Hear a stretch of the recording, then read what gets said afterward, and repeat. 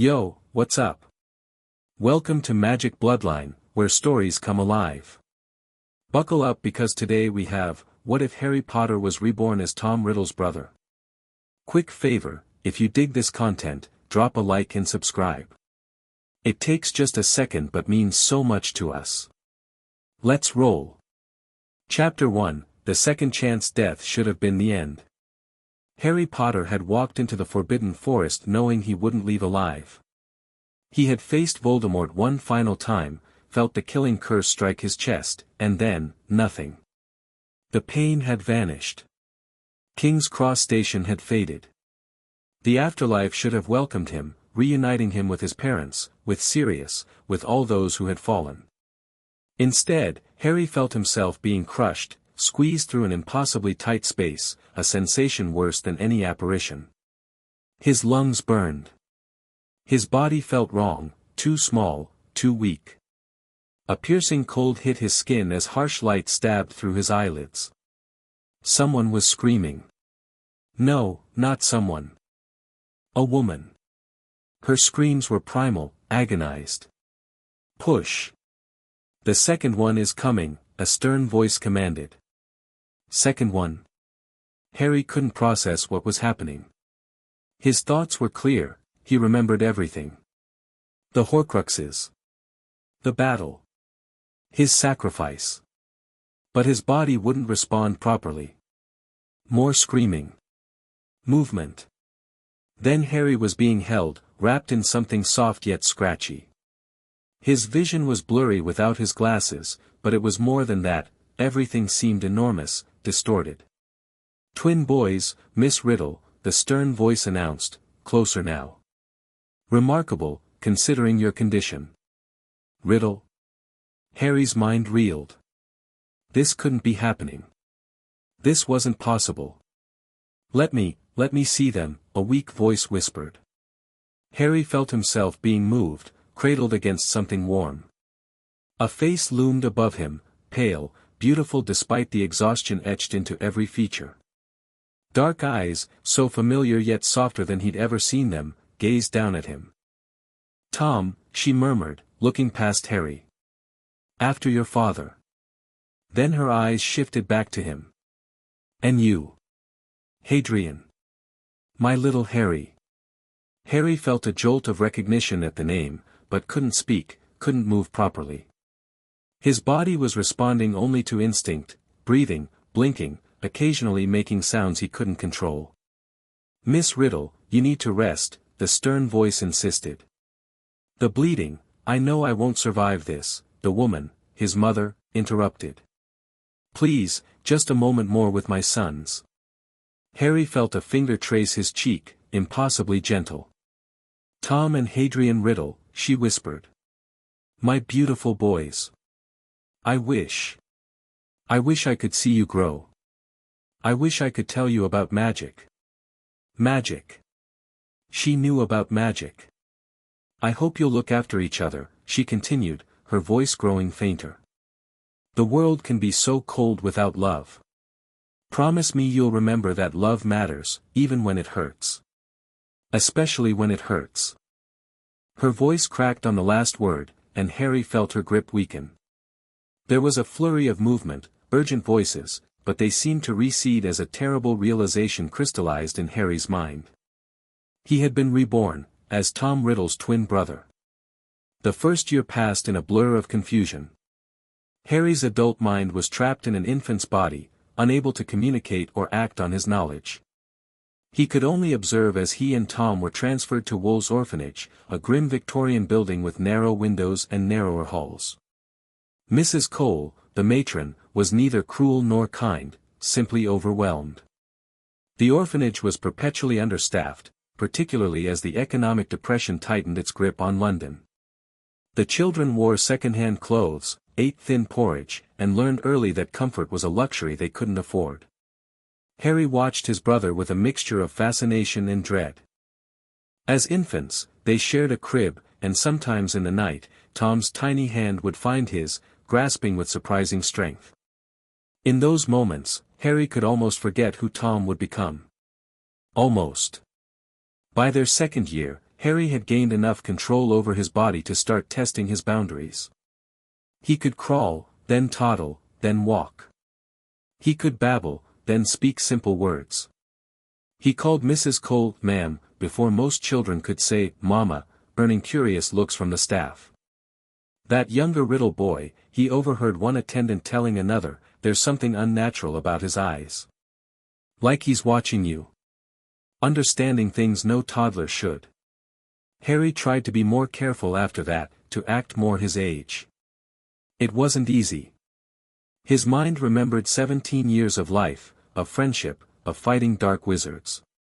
But his body was still developing, still learning coordination and strength. Tom, meanwhile, was hitting all his milestones early. He spoke in complete sentences by age 2. He never cried, not when he fell, not when he was hungry, not even when the older boys took his toys. He simply watched, those dark eyes absorbing everything, calculating. The first real incident happened when they were 4. "Mine," Tom said, reaching for the small wooden horse Harry was playing with. It was one of the few intact toys in the orphanage's communal playroom. Harry hesitated. He'd been trying to establish a normal relationship with Tom, to be the brother Mara P. Riddle had wanted him to be. That meant sometimes giving in, sometimes standing firm. "We can share," Harry offered, holding out the toy. Tom's eyes narrowed. "Don't want to share." "Want it? You can have it after." The horse suddenly flew from Harry's hand and into Tom's. Not by physical means, there had been no contact, no grabbing. The toy had simply obeyed Tom's will. Harry froze. Accidental magic. Already. Tom didn't look surprised, merely satisfied. He turned the horse over in his hands, a small smile playing at his lips. "How did you do that?" Harry asked, pretending ignorance while watching carefully. Tom shrugged. "I wanted it. Things come to me when I want them. Can you show me how?" Tom considered this, his expression calculating even at 4 years old. "Maybe. If you're good." That was the beginning. Harry realized that in this new timeline, Tom was already displaying the same abilities he'd shown in Dumbledore's memory, but earlier, and with more control. The orphanage staff hadn't noticed yet, but they would soon. Harry needed to act before Tom started using his abilities to hurt others. That night, while the other children slept, Harry concentrated on his own magic. Without a wand, without proper training in this new body, could he still access his power? He focused on a small ball of thread beside his bed, willing it to rise. Nothing happened. Harry closed his eyes, remembering how magic had felt before, warm and electric, flowing through him like a current. He reached for that feeling, trying to channel it through his 4-year-old body. The thread twitched. Then slowly, shakily, it rose an inch off the floor. Relief flooded through Harry. He wasn't powerless after all. His magic had come with him, even if his body needed to develop the capacity to channel it properly. A soft voice interrupted his concentration. "You can do it too." The thread dropped as Harry turned to see Tom watching him from the adjacent bed, dark eyes gleaming in the moonlight. "Yes," Harry admitted. There was no point denying what Tom had clearly seen. A slow smile spread across Tom's face, not the cold, cruel smile of Lord Voldemort, but something childlike, almost genuine. "We're special," Tom declared. "Different from them." Harry chose his words carefully. "We're different, but that doesn't make us better, Tom." Tom's smile faltered. "Of course it does. They can't make things move without touching them. They can't." He lowered his voice to a whisper. "I made Billy Stubbs's rabbit hang itself after he pushed me yesterday." Horror washed through Harry. It was starting already, the cruelty, the revenge. "Tom, that's not right," Harry said, keeping his voice gentle. "The rabbit didn't hurt you. And using our abilities to hurt others is wrong." "Why?" Tom demanded, genuinely confused. Because it makes you no better than Billy. He hurt you because he could. You hurt the rabbit because you could. That's not special. That's just being a bully. Tom fell silent, considering this logic. Finally, he said, I don't care about the rabbit. But I don't want to be like Billy. It wasn't remorse, not exactly. But it was something Harry could work with. We should practice together, Harry suggested. Privately. Learn to control it. Tom nodded, intrigued by the proposition.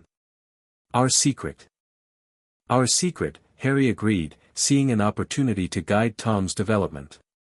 But we only use it when we need to. Not to hurt. Promise? Tom hesitated, then nodded reluctantly. Promise. For now. It wasn't much, but it was a start. By the time they turned 7, the Riddle brothers had developed a reputation at Wool's Orphanage. Tom was brilliant but aloof, excelling in school but making no friends. The other children avoided him, sensing something dangerous beneath his polite exterior. The staff praised his intelligence but watched him warily. Harry, meanwhile, had carefully cultivated a different image. He was quiet but kind, helping younger children with their chores and mediating conflicts. His teachers noted he was nearly as bright as his brother, but more socially adept. While the other orphans didn't exactly befriend him, they didn't fear him either. The brothers shared a room now, one of the small privileges Mrs. Cole had granted them after Harry had helped care for children during a particularly nasty influenza outbreak. In their private moments, they practiced magic together, moving objects, changing their colors, even making small things vanish and reappear. Harry was careful to temper Tom's experiments, steering him away from anything that might harm others. Sometimes it worked. Sometimes it didn't. What happened to Dennis Bishop's pet mouse? Harry asked one evening, closing their bedroom door. Tom didn't look up from the book he was reading. What makes you think anything happened to it? Dennis is crying in the washroom. Says his mouse disappeared from its cage. And you were angry with him yesterday. Tom's expression remained neutral, but a slight tension appeared around his eyes. If something happened to his mouse, perhaps it escaped. Or perhaps Dennis forgot to feed it. Harry sat on the edge of Tom's bed. Tom. The truth. For a moment, Harry thought Tom would continue denying it. Then his brother closed his book and met Harry's gaze. I wanted to see if I could make it obey me, Tom said, his voice clinical, detached. Like the snakes in the garden. It wouldn't listen. So I tried harder. Then it stopped moving. Harry felt cold despite the summer heat. You killed it? I didn't mean to, Tom replied, though his tone lacked any real remorse. I just wanted it to do what I said. Harry chose his next words carefully. Years of living as Tom's brother had taught him which approaches worked and which would only drive Tom further into darkness. You're getting stronger, Harry observed. We both are. But strength without control is dangerous. Tom's expression softened slightly at the acknowledgement of his power. I could teach Dennis a lesson instead, Tom suggested. Make him see things that aren't there. I've been practicing that. Harry shook his head. That's not what I meant. Control isn't just about refining your abilities. It's about choosing when to use them. But they're ours to use how we want, Tom insisted. You always say we shouldn't hurt others, but why not? They would hurt us if they could. Mrs. Cole would get rid of us if she knew what we can do. Probably, Harry agreed. People fear what they don't understand. That's why we need to be careful. Smart. Tom leaned forward, suddenly interested. Smart how? By not drawing attention. By saving our abilities for when they really matter. Harry paused. Do you remember that story I told you? About the brothers who crossed the river? The 3 brothers, Tom nodded. Death gave them gifts, but 2 died because they were arrogant. While the third, lived a long life because he was humble and careful, Tom finished. But that's just a story, Hadrian. Harry smiled. Many stories contain truth. The point is, power doesn't have to be displayed to be real. Sometimes the greatest power is in restraint. Tom considered this, twisting a thread from his blanket between his fingers. I still made the mouse die. It was the closest thing to guilt Harry had ever heard from him. I know, Harry said gently. But tomorrow, you could help Dennis find a new pet. Not because you have to, but because you choose to. Tom scoffed. Why would I do that? To prove you can. To prove you're in control of your actions, not the other way around. Harry could see the idea taking root in Tom's mind, not as an act of kindness, but as a challenge to his self-mastery. Tom had never responded to appeals to empathy, but he did respond to opportunities to prove his exceptional nature. The next day, Tom helped Dennis find a garden lizard to replace his mouse. He even fashioned a small habitat for it from a discarded box. Dennis was suspicious at first, but eventually accepted the peace offering. That evening, Tom sat beside Harry on the orphanage steps. I did what you suggested, he said, watching the other children play in the yard. It was interesting. Dennis looked at me differently afterward. Not afraid, but grateful. Harry nodded. How did it feel? Tom considered this. Like having power of a different kind. It wasn't compassion driving Tom's actions, but Harry would take what he could get. Every small deviation from the path that had created Lord Voldemort was a victory. As summer faded into autumn, Harry noticed other changes in Tom. His brother still kept to himself, still practiced magic in secret, but the incidents of cruelty diminished. Instead, Tom began cultivating a careful charm, particularly with adults. Teachers adored him. Even Mrs. Cole softened toward him. Your influence, she told Harry one day while they worked in the kitchen. Good to see Tom coming out of his shell. Always knew there was a decent boy in there somewhere. Harry just smiled and continued peeling potatoes. If only she knew the truth, that he was trying to prevent the rise of the most dangerous dark wizard in history, one small intervention at a time. The real test came on a cold January morning in 1938, when Mrs. Cole entered their room looking uncharacteristically nervous. Tom, Hadrian, she said, smoothing her apron. You have a visitor. A professor.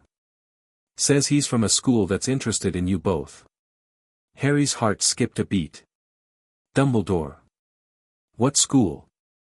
Tom asked, instantly suspicious. He'll explain himself, Mrs. Cole replied.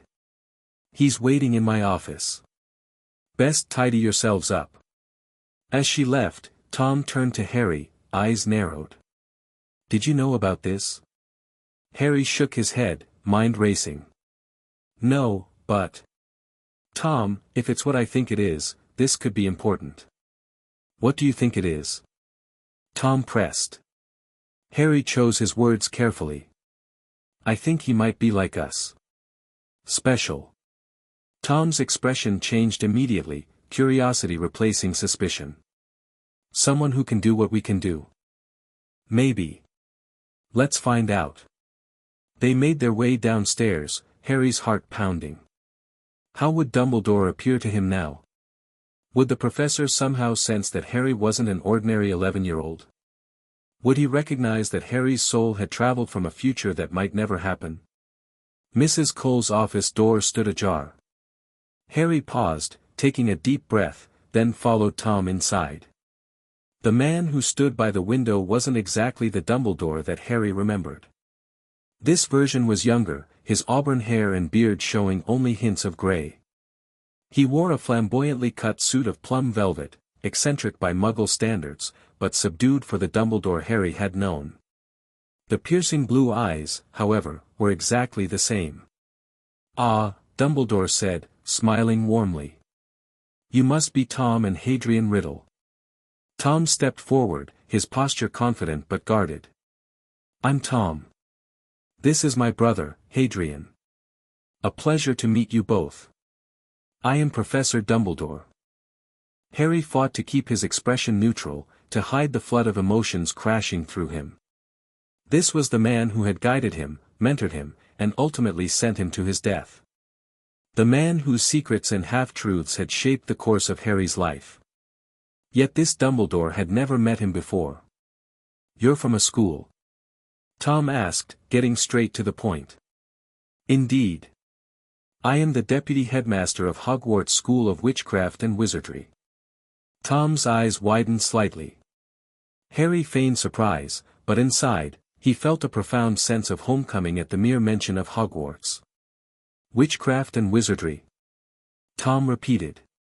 "You mean magic?" Dumbledore nodded, his eyes twinkling. "Precisely." "Prove it," Tom demanded. Instead of being offended, Dumbledore smiled. Then, with a casual flick of his wand, he set Tom's wardrobe on fire. Tom leapt back, but Harry remained still, knowing what would happen. Sure enough, when the flames disappeared, the wardrobe stood untouched. "A simple charm," Dumbledore explained. "No harm done." Tom's face lit with excitement. "I knew it. I knew we were special." Dumbledore's gaze sharpened. "We? My brother and I," Tom said.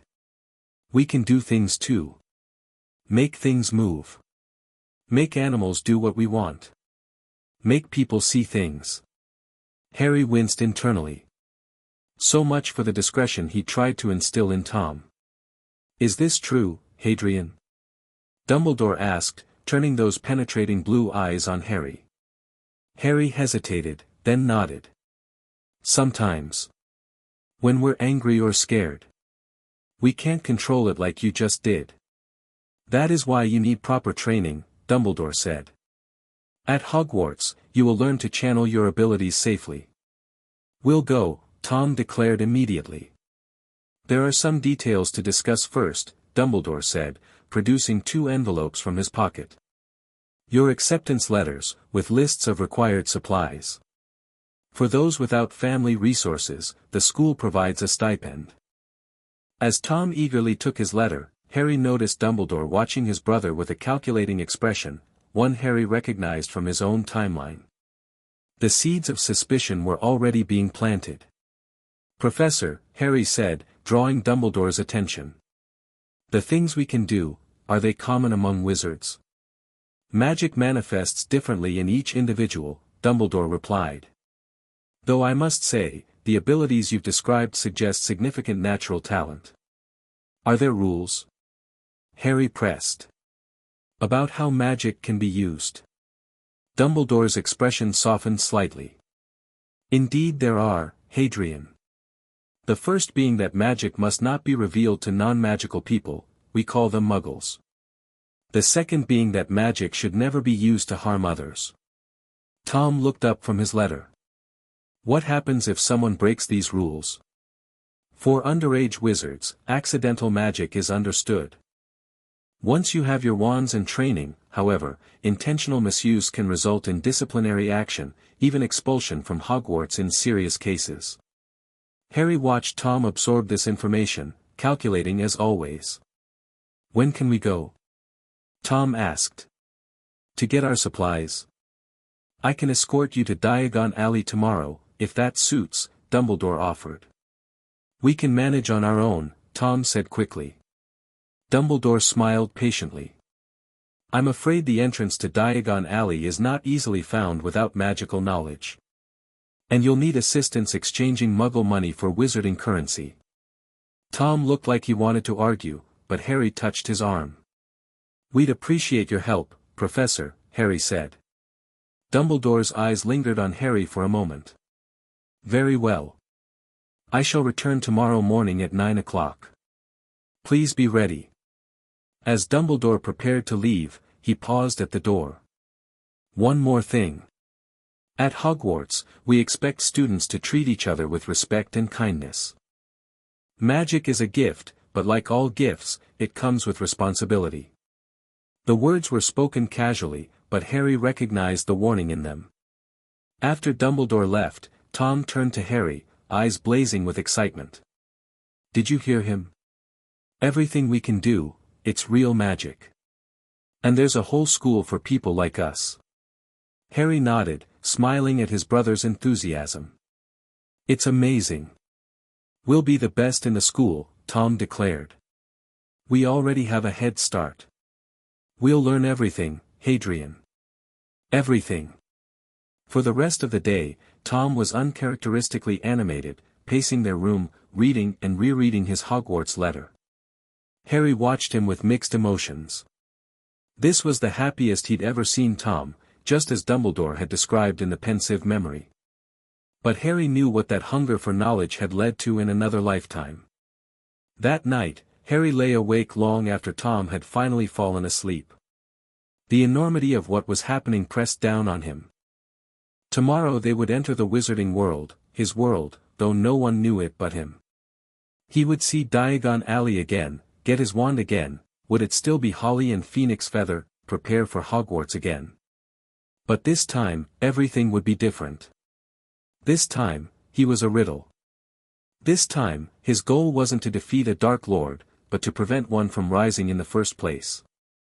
As sleep finally claimed him, Harry wondered, not for the first time, whether some fates could truly be changed, or if darkness would always find a way. Dumbledore arrived precisely at 9 the next morning, dressed in a somewhat more subdued three-piece suit that still managed to stand out with its vibrant purple color. Mrs. Cole eyed him warily as she showed him to where the brothers waited in the entrance hall. "The boys will be back this evening," Dumbledore assured her. "See that they are," Mrs. Cole replied stiffly. "We run a tight ship here, Professor. No special treatment, even for scholarship boys." Once they were outside, Tom spoke up. "Where is this Diagon Alley?" "In London proper," Dumbledore replied. "We shall take public transportation, if you don't mind. I find Muggle buses quite fascinating." The journey into central London gave Harry a strange sense of displacement. The city looked both familiar and foreign, the architecture recognizable but newer, the streets filled with pre-war automobiles and fashions that belonged in history books. The absence of modern technology, no mobile phones, no digital advertisements, made everything seem quieter, more subdued. Tom spent the trip peppering Dumbledore with questions about Hogwarts, its history, its houses, its classes. Harry remained mostly silent, observing the interaction while wrestling with his own thoughts. Being this close to Dumbledore was harder than he'd anticipated. Part of him wanted to blurt out everything, about Voldemort, about the Horcruxes, about his own impossible journey through time. But he knew better. Dumbledore would never believe an 11-year-old claiming to be a reincarnated wizard from the future. They arrived at the Leaky Cauldron, which looked much as it had in Harry's time, a shabby pub nestled between larger buildings, unnoticed by passing Muggles. "Ah, here we are," Dumbledore said cheerfully. The Leaky Cauldron, a establishment with quite a history. The entrance to Diagon Alley lies through the back. As they entered, heads turned toward Dumbledore. Several patrons nodded respectfully. "Professor Dumbledore," the barkeeper greeted them. "Starting early with the new students, are we?" "Indeed, Herbert. May I introduce Tom and Hadrian Riddle, who will be joining us at Hogwarts this September." Herbert smiled at the boys. "First time in the wizarding world, lads. You're in for a treat." Harry forced himself to look appropriately impressed as Dumbledore led them through the pub and out to the small courtyard in the back. He watched as the professor tapped the bricks in the familiar pattern, and couldn't help the genuine smile that spread across his face as the archway opened to reveal Diagon Alley. Even Tom, usually so controlled, couldn't hide his amazement. His dark eyes widened as he took in the twisting cobblestone street lined with shops selling cauldrons, telescopes, broomsticks, and countless magical curiosities. "Welcome," Dumbledore said, "to Diagon Alley." They proceeded first to Gringotts, where Dumbledore helped them exchange the orphanage's stipend for wizarding currency. The goblins looked exactly as Harry remembered them, stern, efficient, and clearly unimpressed by wide-eyed first years. "The bank is run entirely by goblins," Dumbledore explained as they left. Brilliant financial minds, though their definition of customer service might differ from human expectations. Why do wizards let another species control their money? Tom asked bluntly. Dumbledore raised an eyebrow. It is not a matter of letting them, Tom. Goblin banking predates modern wizard society. A relationship of mutual benefit has developed over centuries, despite occasional tensions. Harry noticed the subtle frown that crossed Tom's face, his first encounter with the idea that wizards weren't automatically superior to all magical beings. They visited Flourish and Blots next, where Tom immediately gravitated toward books beyond their first-year curriculum. Harry found him in the Defense Against the Dark Arts section, already flipping through an advanced text. Perhaps we should focus on your required reading first, Dumbledore suggested, gently taking the book from Tom's hands. There will be time for supplementary studies after you've mastered the basics. Tom's expression darkened momentarily, but he nodded. Of course, Professor. As they gathered their schoolbooks, Harry felt a strange nostalgia. These were the same texts he'd used in his first year, A Beginner's Guide to Transfiguration, Magical Drafts and Potions, the Standard Book of Spells, Grade 1. Yet in this era, they were new editions, their covers unfaded, their pages crisp. After purchasing cauldrons, scales, and other supplies, they arrived at Ollivander's. The shop appeared unchanged, narrow, dusty, with thousands of slender boxes stacked to the ceiling. A much younger Garrick Ollivander emerged from the shadows, his silvery eyes gleaming with the same intensity Harry remembered. Albus Dumbledore, he said. 11.5 inches, pliable, made of rowan with a core of phoenix feather. Still serving you well, I trust. Impeccably, Dumbledore confirmed with a smile. I've brought 2 new students for their first wands. Ollivander turned his attention to the brothers. Ah, yes. I wondered when I'd be seeing you too. The Riddle brothers, correct? Harry startled. How did you? Word travels quickly in Diagon Alley, Ollivander said dismissively. Now, who shall go first? Tom stepped forward eagerly. I will. Ollivander's measuring tape flew around Tom, taking seemingly random measurements while the wand-maker pulled boxes from the shelves. Try this one. Ash and Dragon Heartstring, 12 inches, quite rigid. Tom took the wand and waved it. Nothing happened. No. Perhaps this. Maple and Unicorn Hair, 10 inches, springy. Again, nothing. Several wands later, Ollivander paused, studying Tom with increased interest. I wonder. He disappeared into the back of the shop, returning with a dusty box. Yew and Phoenix Feather. 13.5 inches. Powerful, especially suited to combative magic. Harry's breath caught. He knew this wand, the brother to his own, the wand Voldemort would use to terrorize the wizarding world. Tom took it. Immediately, green and silver sparks shot from the end, illuminating his face with an eerie glow. Excellent, Ollivander murmured. A perfect match, though, interesting. What's interesting? Tom demanded, still admiring his wand. I remember every wand I've ever sold, Mr. Riddle. The phoenix that gave the feather for your wand gave only one other. It's most unusual. I had thought perhaps, but no matter. The wand chooses the wizard, after all. Harry stepped forward, his heart pounding. Would his original wand choose him in this new body, or had his rebirth changed his magical signature?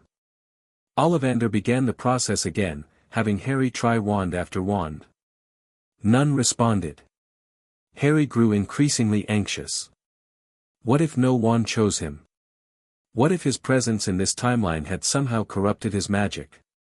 Finally, Ollivander brought out a familiar box. Holly and Phoenix Feather, 11 inches, nice and supple. Harry's fingers tingled as he reached for it. The moment he grasped the handle, warmth spread up his arm. He gave it a wave, and a stream of red and gold sparks erupted from the tip. Ollivander's eyes widened. Extraordinary. Absolutely extraordinary. What is it, Mr. Ollivander? Dumbledore asked, his gaze intensifying. These brothers. Ollivander gestured between Tom and Harry. Their wands contain feathers from the same phoenix. Brother wands, an exceedingly rare occurrence.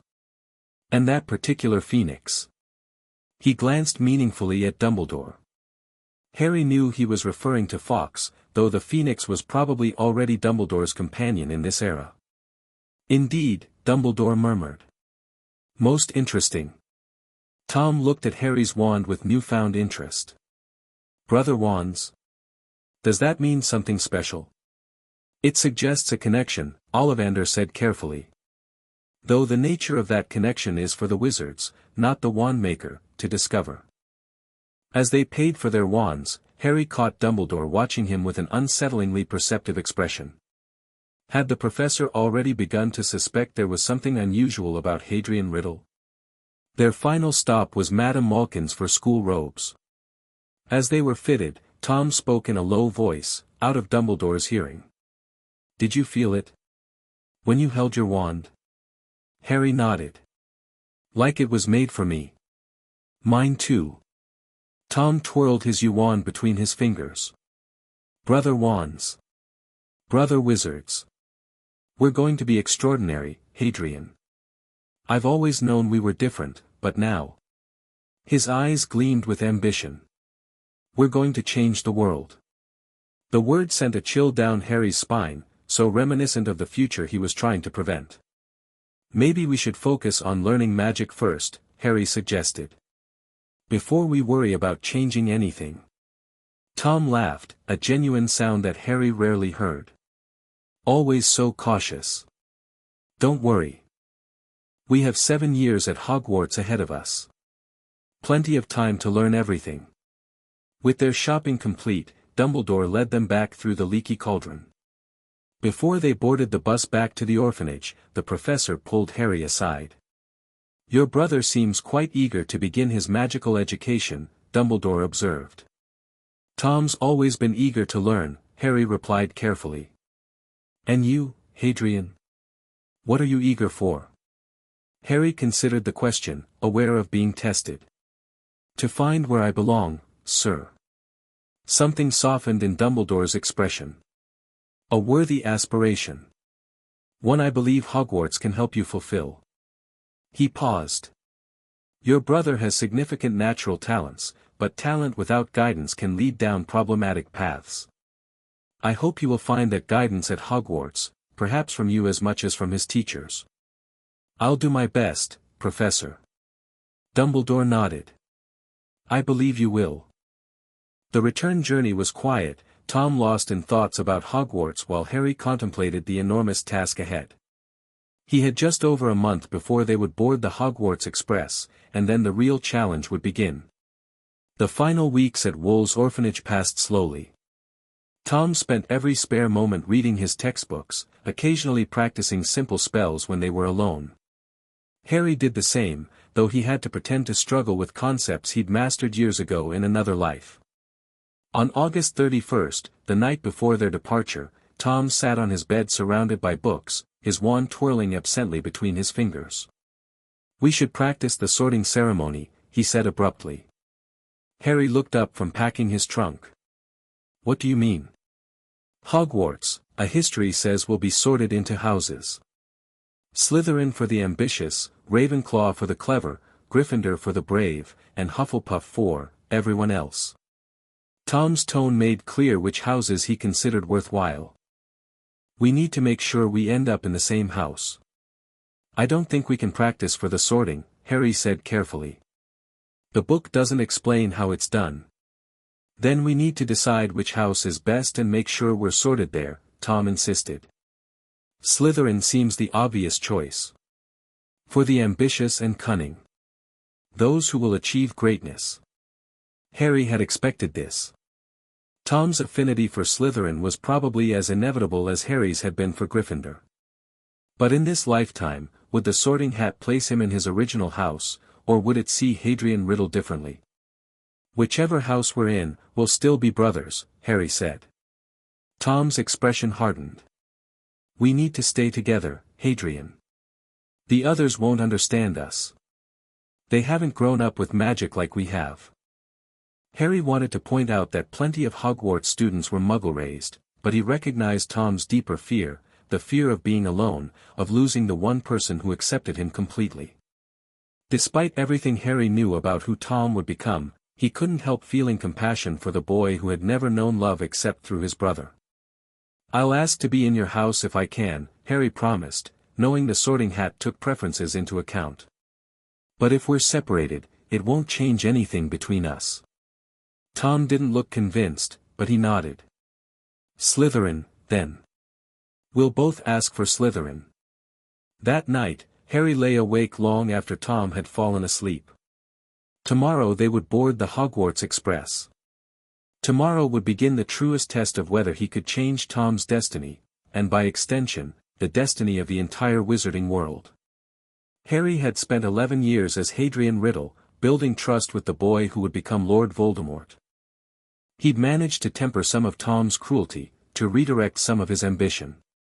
But Hogwarts would offer new temptations, new knowledge of dark magic, new paths to power. And Harry would have to decide how far he was willing to go to keep his brother from darkness, even if it meant embracing some of that darkness himself. Platform 9 3/4 was both familiar and strange. The Hogwarts Express looked just as Harry remembered it, scarlet steam engine gleaming in the morning light, but the people were different. Styles from the 1930s dominated, men in suits with fedoras, women in tailored dresses with modest hemlines, children in clothing that seemed oddly formal by Harry's original standards. Tom pushed his trolley with determined strides, his back straight, expression carefully controlled despite the wonder Harry knew he was feeling. They had navigated to King's Cross on their own, having declined Mrs. Cole's offer to escort them. Tom had insisted they didn't need a Muggle's help for their entry into the magical world. It's exactly as the book described, Tom murmured as they boarded the train. Hidden in plain sight. They found an empty compartment near the middle of the train. Tom immediately took the window seat, eyes drinking in every detail of the platform as families said their goodbyes. They all know each other, Tom observed, watching as children greeted friends, parents exchanged pleasantries. The magical families. Harry heard the edge in Tom's voice, the outsider looking in, already calculating how to breach those social circles. We'll make our own connections, Harry said. Based on who people are, not their family names. Tom gave him a skeptical look. Don't be naive, Hadrian. Names matter. Power matters.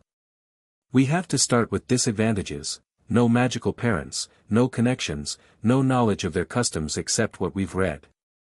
Then we'll learn, Harry said simply.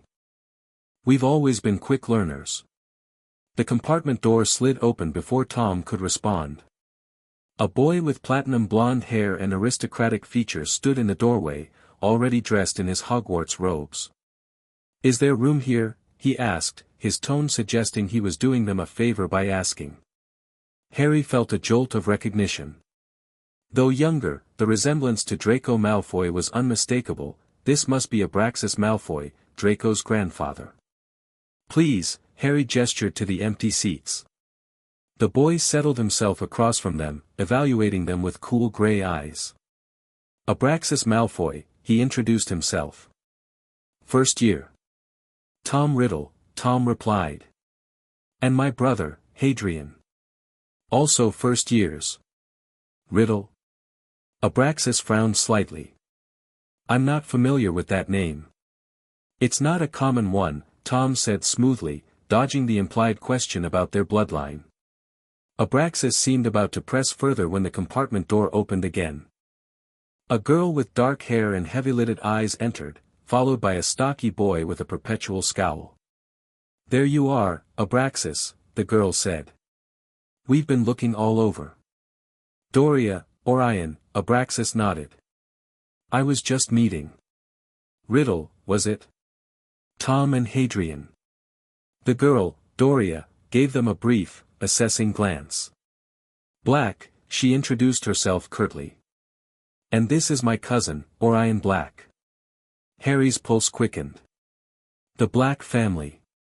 Doria would be Sirius's great-aunt, if he remembered the family tree correctly, and Orion would become Sirius's father.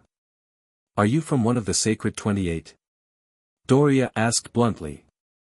Tom raised an eyebrow. The what?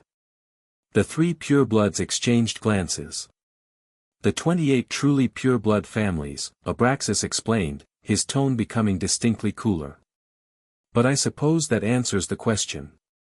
We were raised in the Muggle world, Harry said before Tom could respond. Our mother was a witch, but she died when we were born. And your father?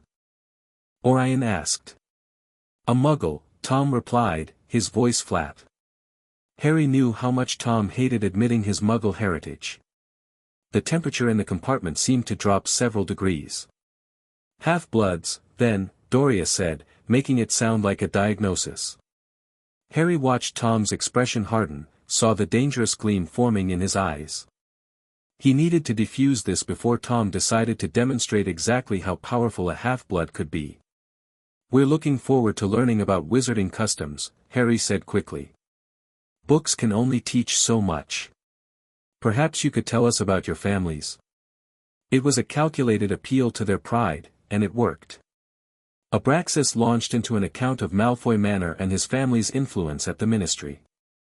Doria and Orion added details about the ancient and noble House of Black. Tom listened intently, absorbing every scrap of information about pureblood society. When the trolley which arrived, Harry purchased chocolate frogs for everyone, an olive branch that the purebloods accepted with condescending thanks. As they ate, the conversation shifted to Hogwarts houses. Slytherin, obviously, Abraxas said when asked where he expected to be sorted. My family has been in Slytherin for generations. Same for the Blacks, Doria added. Though occasionally one ends up in Ravenclaw. Those are the odd ones. What about you two? Orion asked the Riddle brothers. Slytherin, Tom said without hesitation. It's clearly the superior house. Harry saw approval flash across the purebloods' faces. Tom was already learning to say what would advance his position. And you, Hadrian? Doria asked. Harry hesitated. I expect I'll be with my brother. The journey continued with talk of classes, professors, and Quidditch. Harry contributed occasionally but spent most of the time observing Tom's interaction with their new acquaintances. His brother was adapting quickly, measuring his words, presenting himself as respectful of traditions while hinting at his own magical talent. By the time they changed into their school robes, Abraxas was treating Tom with noticeably more respect. As the train slowed, approaching Hogsmeade Station, Harry felt a mixture of excitement and apprehension. Hogwarts had been his first true home. What would it be like to return as Hadrian Riddle, brother to the future Dark Lord? They disembarked into the cool evening air. A familiar call rang out, first years. First years this way. Instead of Hagrid, however, the voice belonged to a short, rotund wizard with a walrus mustache. Gather round, first years. I'm Professor Slughorn. You'll be taking the boats across the lake, tradition, you know. Harry and Tom joined the crowd of first years following Slughorn down to the shore, where a fleet of small boats awaited them. Tom ended up sharing a boat with Abraxas, while Harry found himself with Doria and two students he didn't recognize. Then, as they rounded a bend in the lake, Hogwarts came into view. The castle stood magnificent against the night sky, windows glowing with golden light.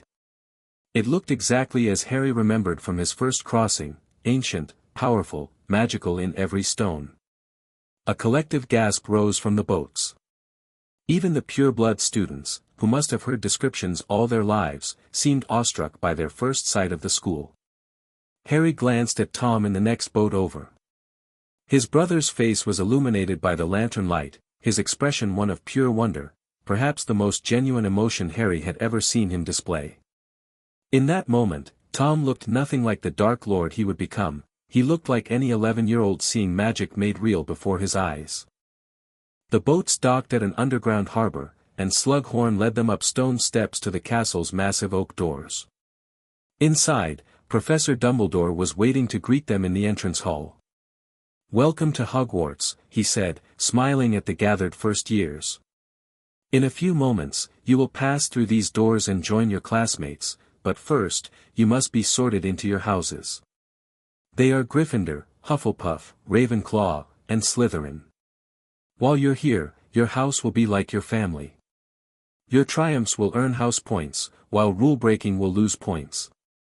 At the end of the year, the house with the most points is awarded the House Cup." Harry felt a powerful sense of déjà vu. How many times had he relived his own sorting in dreams and memories? "The sorting ceremony will begin momentarily," Dumbledore concluded. "Please wait quietly."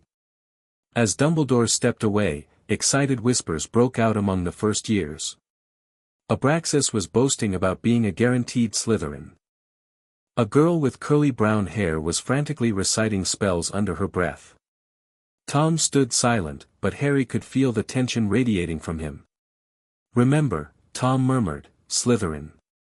Before Harry could respond, Dumbledore returned. "We're ready for you now. Follow me." The great hall was magnificent, for long tables filled with students, floating candles illuminating the enchanted ceiling that reflected the night sky outside. At the far end stood the staff table, with Headmaster Dip Pet, whom Harry recognized from portraits, seated in the center. In front of the staff table sat a familiar patched and frayed wizard's hat on a stool. Dumbledore led them to a stop before the stool, then stepped aside as the sorting hat's brim opened wide, and it began to sing. The song spoke of the four founders and their houses, much as it had in Harry's time, though with different verses. When the hat finished, Dumbledore unrolled a scroll of parchment. "When I call your name, you will come forward, I will place the sorting hat on your head, and you will be sorted into your houses." The sorting began. Avery, Hyperion, became the first Slytherin, followed by Black, Doria, and Black, Orion. A handful of students went to Hufflepuff and Ravenclaw. Malfoy, Abraxas, was barely touched by the hat before it shouted, "Slytherin." As the list approached R, Tom grew increasingly tense beside Harry. "Remember," Tom whispered again. "Slytherin. Riddle, Hadrian." Harry stepped forward, acutely aware of Tom's gaze boring into his back. He sat on the stool, and Dumbledore placed the hat on his head. "Well, well, what have we here?" a familiar voice spoke in his mind. "Oh my, this is most unusual." Harry froze. Did the hat recognize him? Could it see his memories from another life?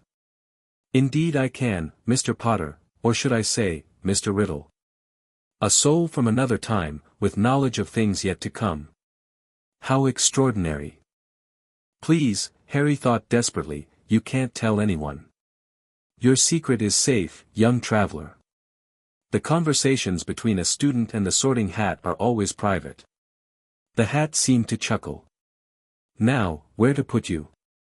Last time, as I recall, you did well in Gryffindor, though you might have excelled in Slytherin as well." "I need to be in Slytherin this time," Harry thought firmly. "I need to stay close to my brother."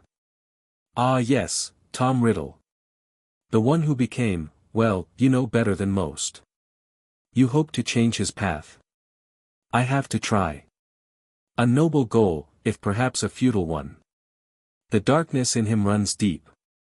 But I sense your determination. And your own nature has changed somewhat in this new life, has it not? Living as his brother has left its mark on you." Harry hadn't considered that. Had 11 years as a Riddle altered who he was at his core? "You have developed cunning, young Hadrian. You've learned to plan, to manipulate circumstances, to hide your true self. All traits valued by Salazar. And your ambition, to rewrite the future itself, is no small thing. So you'll put me in Slytherin? Is that truly what you want? The path will be difficult. The House of Serpents may change you as much as you hope to change your brother." Harry hesitated only briefly. "I'm willing to risk it." "Very well. For better or worse, your destiny lies in Slytherin. The hat shouted the last word to the hall. Polite applause rose from the Slytherin table as Harry removed the hat and walked toward his new house. He caught Tom's eye as he passed. His brother looked relieved, even pleased. "Riddle, Tom." Harry watched intently as Tom sat on the stool. The hat had barely touched his head when it declared, "Slytherin." Tom's triumphant smile as he joined Harry at the Slytherin table confirmed what Harry already knew. This was exactly where his brother had expected to be. Where he felt he belonged. As the sorting continued, Abraxas made room for Tom beside him. "Well done, Riddle. Perhaps there's more to your bloodline than you let on." Tom's smile turned enigmatic. "Perhaps." Harry settled into his seat, watching as the last few students were sorted. He was now a Slytherin, surrounded by the children and grandchildren of people who would one day become Death Eaters. And beside him sat the boy who would inspire their darkest actions. The welcoming feast appeared on golden plates, just as magnificent as Harry remembered from his original first year. As everyone began to eat, conversations broke out along the table, predominantly about bloodlines, family connections, and political influence at the ministry. "So, Riddles," said an older student with the prefect badge, "tell us about your magical heritage." Harry tensed, but Tom responded smoothly. "Our mother was a witch. We know little about her family. She died when we were born." "And she married a muggle?" the prefect asked, his tone suggesting this was a grave mistake. "A regrettable choice," Tom said, his voice cold. "One I don't intend to repeat." The answer seemed to satisfy most of the Slytherins around them. Harry marveled at Tom's adaptability, already distancing himself from his muggle father, already playing to his audience's prejudices. As the feast concluded, Headmaster Dip Pet gave a brief welcome speech and dismissed them to their dormitories. The Slytherin prefects led the first years down to the dungeons, through twisting corridors until they reached a bare stone wall. "Pure blood," the prefect stated, and the wall slid open to reveal the Slytherin common room. The space was exactly as Harry had glimpsed it once before, a low-ceilinged, dungeon-like room with greenish lamps and dark leather sofas. Windows looked out into the depths of the lake, casting an eerie green light across the room. "Boys' dormitories to the left, girls to the right," the prefect explained. "You'll find your belongings have already been brought up. Breakfast begins at 7 tomorrow. Don't be late. Professor Slughorn is our head of house, and he notices everything, especially about students who might be useful to know." The first-year boys, Tom, Harry, Abraxas, Orion, and two others named Lestrange and Knot, made their way to their dormitory. 6 four-poster beds with green silk hangings were arranged around the circular room. Their trunks sat at the foot of each bed. Tom claimed a bed next to Harry's, examining the space with calculating eyes. "It's perfect," he murmured. "Exactly where we belong." As the boys settled in, unpacking essentials and preparing for bed, Harry noticed how quickly hierarchies were forming. Abraxas clearly considered himself the natural leader due to his family name. Lestrange and Knot seemed to be jockeying for second position. Orion was quieter, but his black heritage gave him automatic respect. Tom, despite his unknown bloodline, was already commanding attention. His confidence, his articulate speech, his evident magical knowledge, all marked him as someone to watch. Harry, meanwhile, kept a lower profile, observing the dynamics while appearing merely supportive of his brother. It was a role he had perfected over years at the orphanage, being Tom's more approachable shadow. That night, as the other boys fell asleep, Tom whispered across the small space between their beds. "We did it, Hadrian. Slytherin house. Just like we planned." "Yes," Harry whispered back. "Just like we planned." "Tomorrow the real work begins," Tom continued. "We need to prove ourselves. Show them all what we can do." "We will," Harry assured him. "But remember what Dumbledore said about restraint." Tom scoffed quietly. "Restraint is for those without ambition. We'll be careful, of course, but we won't hide our talents. Not anymore. As Tom fell silent, Harry stared up at the green canopy above his bed. He had succeeded in the first step of his plan. He was in Slytherin with Tom, positioned to influence his brother's development. But he was also surrounded by the very prejudices and ambitions that had shaped Voldemort's rise to power. The Sorting Hat's warning echoed in his mind: the House of Serpents may change you as much as you hope to change your brother. Harry closed his eyes, wondering whether he had made the right choice, or if he had just taken his first step toward a darkness he had spent his previous life fighting against. Either way, there was no turning back now. The brothers Riddle had arrived at Hogwarts, and the wizarding world would never be the same. Chapter 2, Serpents and Secrets. The first weeks at Hogwarts passed in a whirlwind of classes, corridors, and carefully navigated social hierarchies. Harry watched as Tom charmed their professors with his quick mind and perfect manners, while simultaneously establishing himself among their Slytherin peers through calculated displays of magical talent. "Did you see Malfoy's face in charms yesterday?" Tom whispered as they walked to breakfast on a crisp October morning. "When I mastered the levitation charm on my first attempt while he was still struggling after 3 tries." Harry nodded, remembering how Abraxas's aristocratic features had tightened with surprise and annoyance. Professor Merithought was certainly impressed. "As she should be," Tom said, his dark eyes gleaming with satisfaction. "Talent matters more than bloodlines, whatever Malfoy claims." 6 weeks into term, and Tom was already challenging the pure-blood hierarchy within Slytherin, subtly, strategically, but unmistakably. Harry recognized the same pattern he'd witnessed in Dumbledore's memories of young Riddle, though this version of Tom was more restrained, less overtly cruel. Harry liked to think his influence had something to do with that, but he couldn't be certain.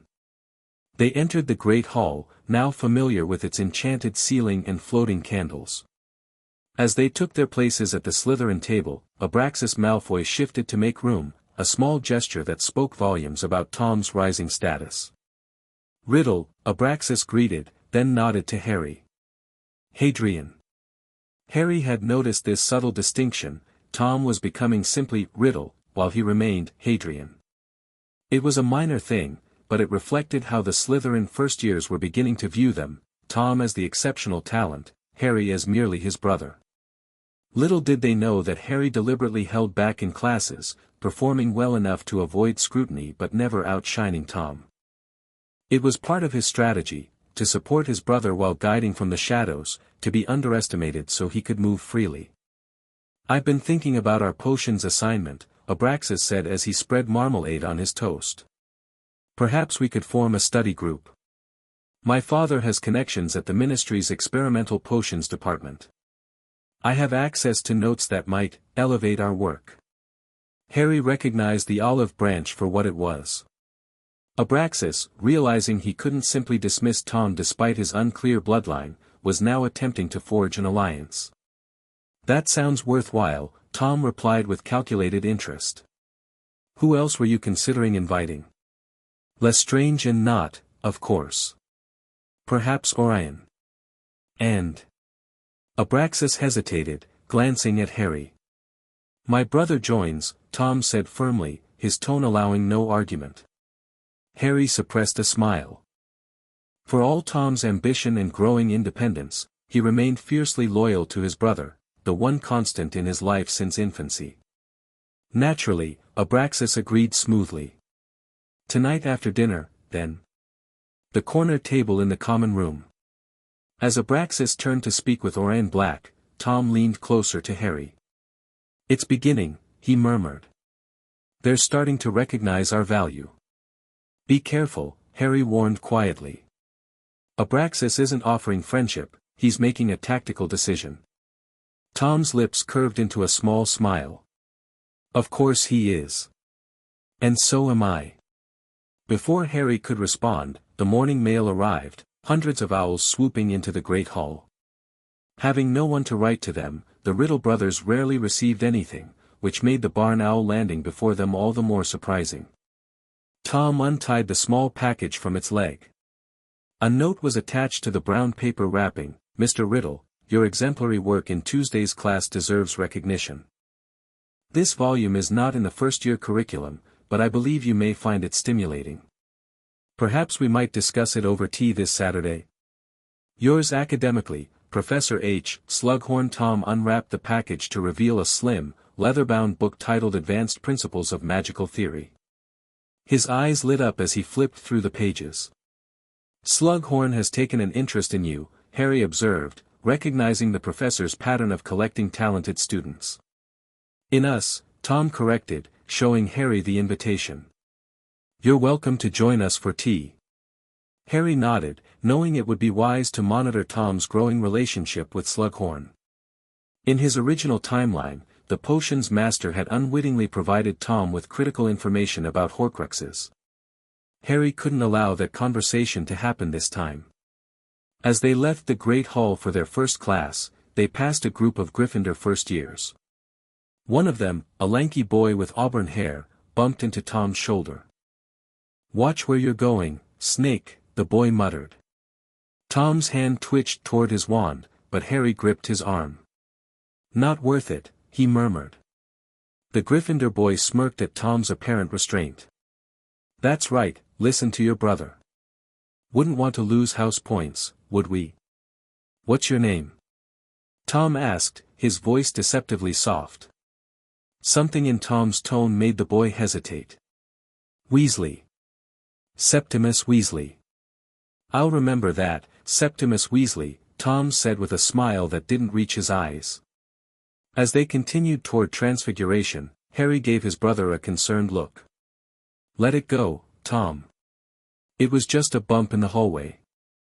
"It was deliberate disrespect," Tom replied coldly. "But don't worry.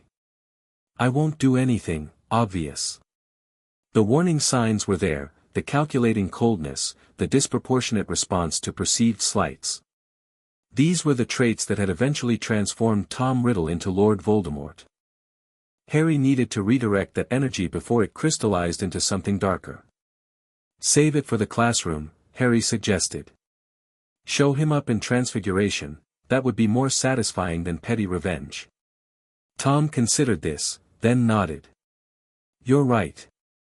Public humiliation through superior ability, much more elegant." It wasn't exactly what Harry had meant, but it was better than whatever alternative Tom might have been planning. Transfiguration took place in a large classroom on the first floor, where Professor Dumbledore awaited them. Unlike most of the faculty, Dumbledore never seemed particularly impressed by Tom's abilities, maintaining a polite but watchful distance that clearly irritated Harry's brother. Today they were attempting to transform matchsticks into needles, a classic first-year exercise that Harry had mastered in both lifetimes. Tom, naturally, succeeded within minutes, earning 5 points for Slytherin. Harry followed shortly after, his transformation slightly less perfect to maintain his chosen role as the less exceptional brother.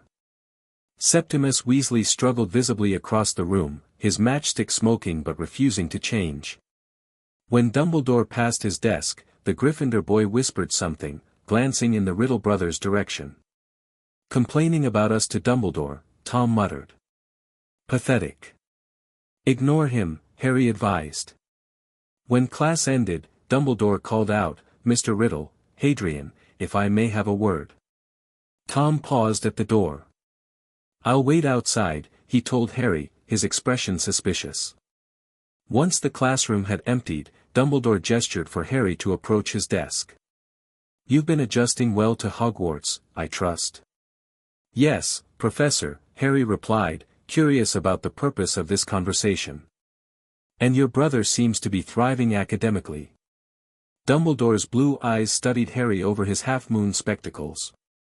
"You two are quite close. We've always looked out for each other. A commendable trait. Family bonds are precious." Dumbledore arranged some papers on his desk. "I've noticed something interesting in your classroom performance, Hadrian." Harry tensed. "Sir. You seem to restrain yourself. Your wand work shows precision that suggests greater capability than your results demonstrate." Dumbledore's gaze was penetrating. "I wonder why that might be." Harry chose his words carefully. "Tom has always been the exceptional one, Professor. I'm used to supporting rather than competing. I see. Dumbledore leaned forward slightly. And is that support freely given, or somehow, expected of you? Harry realized with surprise that Dumbledore was concerned Tom might be pressuring or intimidating him. It's my choice, he said firmly. Tom has never asked me to hold back. Very well. Dumbledore smiled, though his eyes remained evaluating. I simply want to ensure that both Riddle brothers have the opportunity to develop their full potential. You have gifts, Hadrian, different from your brothers, perhaps, but valuable nonetheless. Thank you, Professor, Harry replied, unsettled by Dumbledore's perceptiveness. One last thing, Dumbledore said as Harry turned to leave. My door is always open, should you ever need to talk. About anything at all. Outside, Tom was waiting with an impatient expression. What did he want? Harry shrugged. Just checking how I'm adjusting. He does it with all the Muggle-raised students. It was a small lie, but necessary. The last thing Harry needed was Tom becoming suspicious of his relationship with Dumbledore. As they walked to their next class, Harry reflected on the complexities of his position. He was balancing multiple roles, brother, guide, observer, and secret keeper, all while navigating the treacherous social waters of Slytherin House. And now Dumbledore was watching him, perhaps sensing something unusual in Hadrian Riddle. Harry would need to be more careful, in his magic, in his knowledge, in his interactions. One slip could expose him, and he had no idea how Tom would react to learning his brother was actually a time-displaced soul from a future where Tom became a monster. Some secrets had to remain buried, for everyone's protection.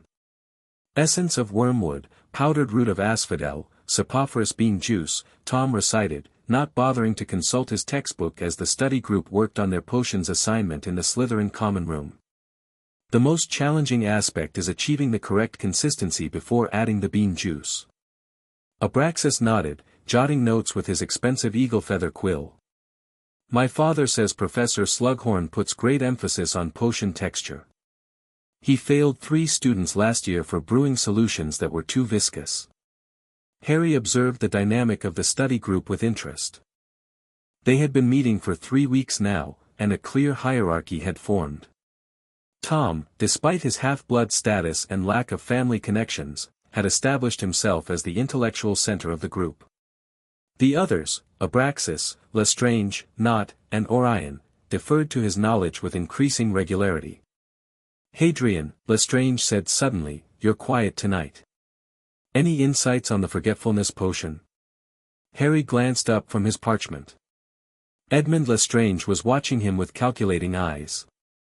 Unlike Abraxas, who had accepted Tom's talent and was attempting to align himself with it, Lestrange seemed determined to find weaknesses in the Riddle brothers. I was just thinking that the textbook method for crushing the jobberknoll feathers is inefficient, Harry replied. A counterclockwise twist while pressing down extracts more essence. Tom's eyes flickered to Harry with mild surprise.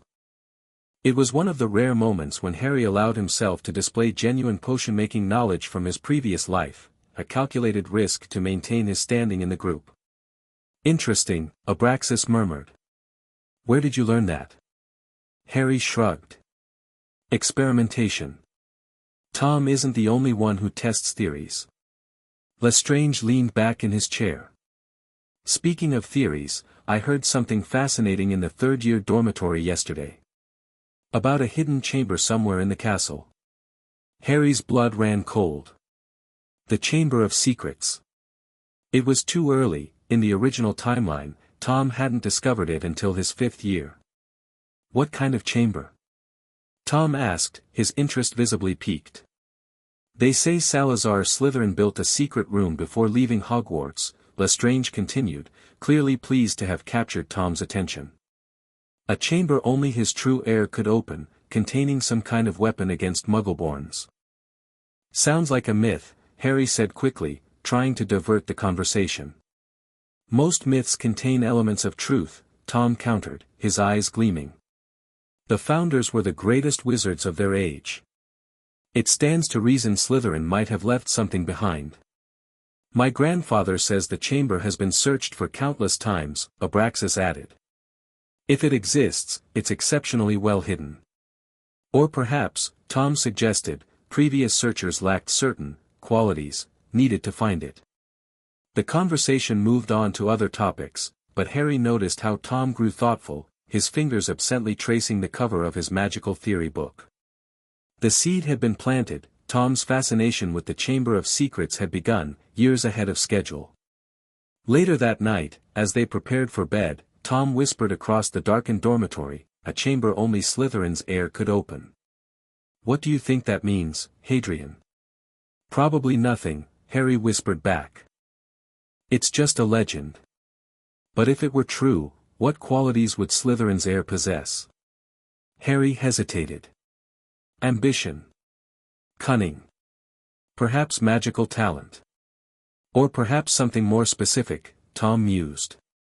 Something inherited. Harry knew exactly what Tom was thinking, Parseltongue. They had discovered their ability to communicate with snakes years ago at the orphanage, during an outing to a nearby park. Tom had been fascinated by the power, using it to command garden snakes to perform tricks. Harry, despite knowing it was traditionally associated with dark wizards, had pretended the ability was new to him as well. We should research Slytherin's lineage, Tom continued. The library must have information. We should focus on our actual coursework, Harry countered. Exams are only 2 months away. Tom chuckled softly. Always practical, Hadrian. Don't worry, I can manage both. As Tom's breathing eventually deepened into sleep, Harry lay awake, mind racing. This was precisely what he had feared, Tom's interest in his Slytherin heritage awakening prematurely. In the original timeline, the chamber had led to the death of Myrtle Warren and Tom's first Horcrux. Harry couldn't allow that sequence of events to unfold again. But how could he deter Tom without revealing knowledge he shouldn't possess? And if the chamber's opening was somehow fated to occur, could Harry change the outcome? Sleep eluded him long into the night as he wrestled with these questions, the weight of foreknowledge becoming an increasingly heavy burden. Christmas at Hogwarts arrived with a blanket of snow and a quieter, more subdued castle as most students returned home for the holidays. The Riddle brothers, having nowhere else to go, remained behind along with a handful of others. Harry found the peace a welcome respite from constantly monitoring his behavior. With fewer eyes watching, he could relax his guard slightly, though never completely. Tom, meanwhile, viewed the empty castle as an opportunity for unrestricted exploration. The library's restricted section is barely supervised during holidays, Tom noted as they sat by the fire in the nearly deserted Slytherin common room on Christmas Eve. Madam Whittle takes long lunches. Planning some holiday reading? Harry asked, keeping his tone light. I've been researching the founders. Tom idly twirled his wand between his fingers, a habit he'd developed over the past months. Particularly Slytherin's descendants. Harry had noticed the growing stack of historical texts beside Tom's bed. Find anything interesting? The line supposedly ended with the Gaunts, Tom replied. A once noble family reduced to poverty and obscurity. The last known members lived in a village called Little Hangleton. Harry felt a jolt of alarm. Tom was already connecting dots that he shouldn't have encountered for years. Little Hangleton. Isn't that near Great Hangleton? Tom finished. Where our mother reportedly came from, according to Mrs. Cole's records. The silence that followed was heavy with implication. Harry knew the truth, of course, that their mother, Mary P. Gaunt, was indeed a direct descendant of Salazar Slytherin, and their father was the Muggle Tom Riddle Sr. from the nearby manor house. But this knowledge shouldn't be within Tom's reach yet. It's probably coincidence, Harry said carefully. Tom's expression was skeptical. We're Parselmouths, Hadrian. An extremely rare ability historically associated with Slytherin's line. Our mother came from the same region as the last known Slytherin descendants. And now we're both in Slytherin House. That's rather more than coincidence. Even if there is a connection, Harry argued, what difference does it make? We are who we are based on our choices, not our ancestry. Tom leaned forward, his eyes intense. It makes all the difference. Don't you see? If we're Slytherin's heirs, it explains everything, our abilities, our affinity for magic, why we've always been different. It's our birthright. Harry recognized the dangerous path Tom's thoughts were taking, the same beliefs that had fueled Voldemort's obsession with blood purity despite his own half-blood status. We're different because we work harder, Harry insisted. Because we've had to fight for everything. Not because of some ancient bloodline. Perhaps both are true, Tom said with a small smile. Destiny and determination working together. Harry wanted to argue further but knew it would only entrench Tom's position. Instead, he changed tactics. Christmas tomorrow. I got you something. Tom's expression softened slightly. Despite his growing ambition and the walls he built around himself at Hogwarts, he remained genuinely connected to his brother.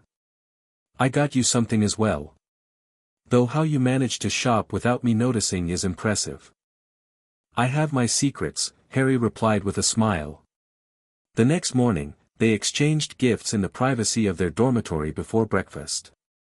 Harry had given Tom an elegant journal bound in green leather, with TMR embossed in silver on the cover, deliberately different from the diary that would become Tom's first Horcrux in the original timeline. For your theories and discoveries, Harry explained. Something more dignified than loose parchment. Tom ran his fingers over the monogrammed initials. It's perfect. Thank you. He handed Harry a carefully wrapped package. Your turn. Inside was a silver pocket watch with intricate engravings of constellations that actually moved, tracking the real positions of the stars. It's charmed to help with astronomy calculations, Tom explained. I noticed you struggling with the star charts last month. Harry was genuinely touched. The gift was thoughtful, practical, and must have cost Tom most of his school stipend. It's brilliant. Thank you.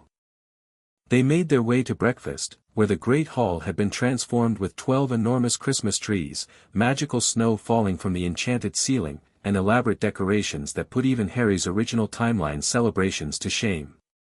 The 4 house tables had been replaced by a single table to accommodate the small number of students and faculty remaining over the holiday. Ah, the Riddle brothers. Professor Slughorn greeted them jovially, gesturing to 2 empty seats near him. Come, join us. Happy Christmas. Tom slipped easily into the seat beside Slughorn, engaging the potions master in conversation about a recent article in Potions Monthly. Harry sat more quietly, observing the others at the table. Dumbledore was present, wearing outlandishly festive robes of deep purple with silver snowflakes that actually melted when they fell onto his plate. The Transfiguration professor caught Harry's eye and raised his goblet in a small toast. Harry nodded in return, wondering again how much Dumbledore suspected about the Riddle brothers, particularly about Tom. In Harry's original timeline, Dumbledore had been wary of Tom from the beginning, but now his attitude seemed more nuanced. Harry wondered if his own presence as Tom's moderating influence had altered Dumbledore's perception. After a sumptuous breakfast, the small group dispersed to enjoy the holiday. Tom suggested they explore the castle's upper floors, where several corridors were rarely used even during the regular term. Looking for something in particular? Harry asked as they climbed yet another staircase. Tom shrugged. Just exploring. Unless you'd rather play Exploding Snap with the Hufflepuffs in the Great Hall. They wandered through dust-covered corridors, peering into unused classrooms and storage spaces. Harry knew Tom was likely searching for clues about the Chamber of Secrets, though he wouldn't admit it directly. On the 7th floor, they passed a familiar stretch of blank wall that made Harry's heart skip a beat, the entrance to the Room of Requirement. For a moment, he was tempted to reveal it to Tom, to show him a magical secret that had nothing to do with Slytherin's legacy. But the risk was too great. The room had played a crucial role in Voldemort's plans in Harry's original timeline, better to keep it hidden for now.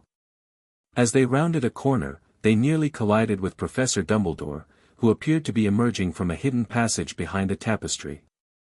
Ah, the young explorers, Dumbledore said cheerfully. Finding your Christmas entertainment in Hogwarts architecture. The castle is fascinating, sir, Tom replied with perfect politeness. So many secrets to discover. Indeed, though some secrets are better left undisturbed. Dumbledore's eyes twinkled, but Harry detected the subtle warning beneath. The founders were powerful wizards who sometimes employed protections we might find excessive by modern standards. Tom's expression remained pleasantly interested. We're just looking around, Professor. Nothing dangerous. Of course, Dumbledore nodded. Curiosity is natural. I simply advise caution in its application. He turned to Harry. And you, Hadrian? Are you enjoying the holiday explorations as well? Yes, sir, Harry answered. Though I'm looking forward to the feast tonight too. Ah, the simple pleasures often provide the greatest joy, Dumbledore smiled. Well, I won't keep you. Happy Christmas, boys. As Dumbledore continued down the corridor, Tom's pleasant expression faded into a scowl. He's always watching us. Always suspicious. He's just being careful, Harry said. It's his job to look after students. He doesn't follow other students around issuing veiled warnings, Tom muttered. He's singled us out from the beginning. Harry couldn't argue with that observation. Dumbledore had indeed taken special interest in the Riddle brothers, though Harry understood the reasons better than Tom ever could. They continued their exploration, eventually making their way to the second floor. As they passed a girl's bathroom, Harry felt a familiar sense of dread. This was where the entrance to the Chamber of Secrets was hidden, behind the sinks, accessible only through Parseltongue. Tom paused, looking at the bathroom door thoughtfully. I wonder. It's a girl's bathroom, Tom, Harry said firmly. Even during holidays, that's out of bounds. Tom glanced around the empty corridor. No one would know. I'd know, Harry countered. And what exactly are you hoping to find in there? Tom hesitated, then shrugged. Nothing specific. Just being thorough in our exploration. It was a lie, and they both knew it. Somehow, Tom had already developed suspicions about the chamber's location, intuitions that shouldn't have formed until years later. Harry wondered if his brother's magical sensitivity was even greater in this timeline, or if some other force was accelerating events. Let's head back to the common room, Harry suggested. I've got a new chess set from Professor Slughorn we could try out. Tom allowed himself to be diverted, but Harry noticed how his gaze lingered on the bathroom door as they walked away. The Chamber of Secrets was already calling to its heir, and Harry wasn't sure how long he could keep Tom from answering. Winter melted into spring, and with it came increased academic pressure as exams approached. The Slytherin first year spent long hours in the library or their common room, reviewing spells and potion recipes, practicing wand movements, and quizzing each other on magical theory. Tom, naturally, approached exams with confidence bordering on dismissal. His innate magical talent, combined with disciplined study habits, placed him at the top of nearly every class. Harry maintained his deliberate second-place position, occasionally outperforming Tom in defense against the dark arts but allowing his brother to shine elsewhere. The study group had evolved over the months, with several more students gravitating toward Tom's orbit. Even some second years had begun seeking his assistance with challenging spells or concepts. Harry watched as Tom slowly, methodically built his sphere of influence, offering help that created indebtedness, demonstrating power that commanded respect, cultivating an image of exceptional ability combined with measured generosity. It was disturbingly familiar to Harry, who had seen Voldemort employ similar tactics to bind followers to him. Yet this version of Tom was subtler, less overtly manipulative. Harry liked to think his influence was responsible for the difference, though he couldn't be certain. One evening in late April, Harry returned to the common room to find Tom surrounded by an unusual group, not just their usual circle of first-year boys, but also several older students, including a third-year prefect named Mulciber. Fascinating theory, Mulciber was saying as Harry approached. If Slytherin did leave a legacy beyond his teachings, it would likely require special knowledge to access. Like Parseltongue, suggested a second year named Rosier. Slytherin was famous for it. Harry felt a sinking sensation in his stomach. The conversation about the chamber had clearly expanded beyond their immediate group. Tom noticed Harry's arrival and gestured to an empty seat beside him. "Hadrian, we were just discussing Hogwarts legends. Apparently, the Chamber of Secrets has been searched for many times over the centuries." Without success, Harry pointed out, taking the offered seat. "Suggesting it probably doesn't exist." Or, Mulciber countered, suggesting that those searching lacked the necessary qualities to find it. "Exactly my thinking," Tom agreed. "The clues must be hidden in plain sight, meaningful only to those Slytherin intended to find them." The discussion continued, theories building upon theories. Harry participated minimally, growing increasingly concerned as he realized Tom was using this conversation to test reactions, to identify who might support more active exploration of the chamber legend. When the group finally dispersed for dinner, Harry pulled Tom aside. "You're becoming obsessed with this chamber story." Tom's expression was unreadable. "It's merely an intellectual puzzle, Hadrian. Something to exercise the mind between exam revisions." "It seems like more than that," Harry pressed. "You've been researching Slytherin's descendants, gathering information about Parseltongue, organizing discussions about the chamber, and if I have?" Tom interrupted, a defensive edge entering his voice. "What's wrong with wanting to understand our heritage? You should be equally interested." "I'm interested in passing my exams and becoming a qualified wizard," Harry replied. "Not chasing centuries-old legends that could distract from that goal." Tom studied Harry's face for a moment. "You're afraid of something. What aren't you telling me?" The question struck uncomfortably close to home. Harry was keeping so many secrets from Tom that sometimes it felt like their entire relationship was built on half-truths and omissions. "I'm concerned about your priorities," Harry said finally. "About where this obsession might lead." Tom's expression softened slightly. "You worry too much, brother. Trust me, I know what I'm doing." That was precisely what Harry feared. The next few weeks brought a temporary reprieve as exam preparations intensified. Tom's quest for the chamber seemed to take a backseat to proving his academic superiority, much to Harry's relief. They spent long hours practicing spells together, brewing potions in the student practice room, and quizzing each other on magical creatures and plants. It reminded Harry of simpler times at the orphanage, when they had practiced control of their magic in secret, before Hogwarts and the complications of the wizarding world. Despite everything, despite knowing what Tom might become, Harry found himself enjoying these moments of genuine connection with his brother.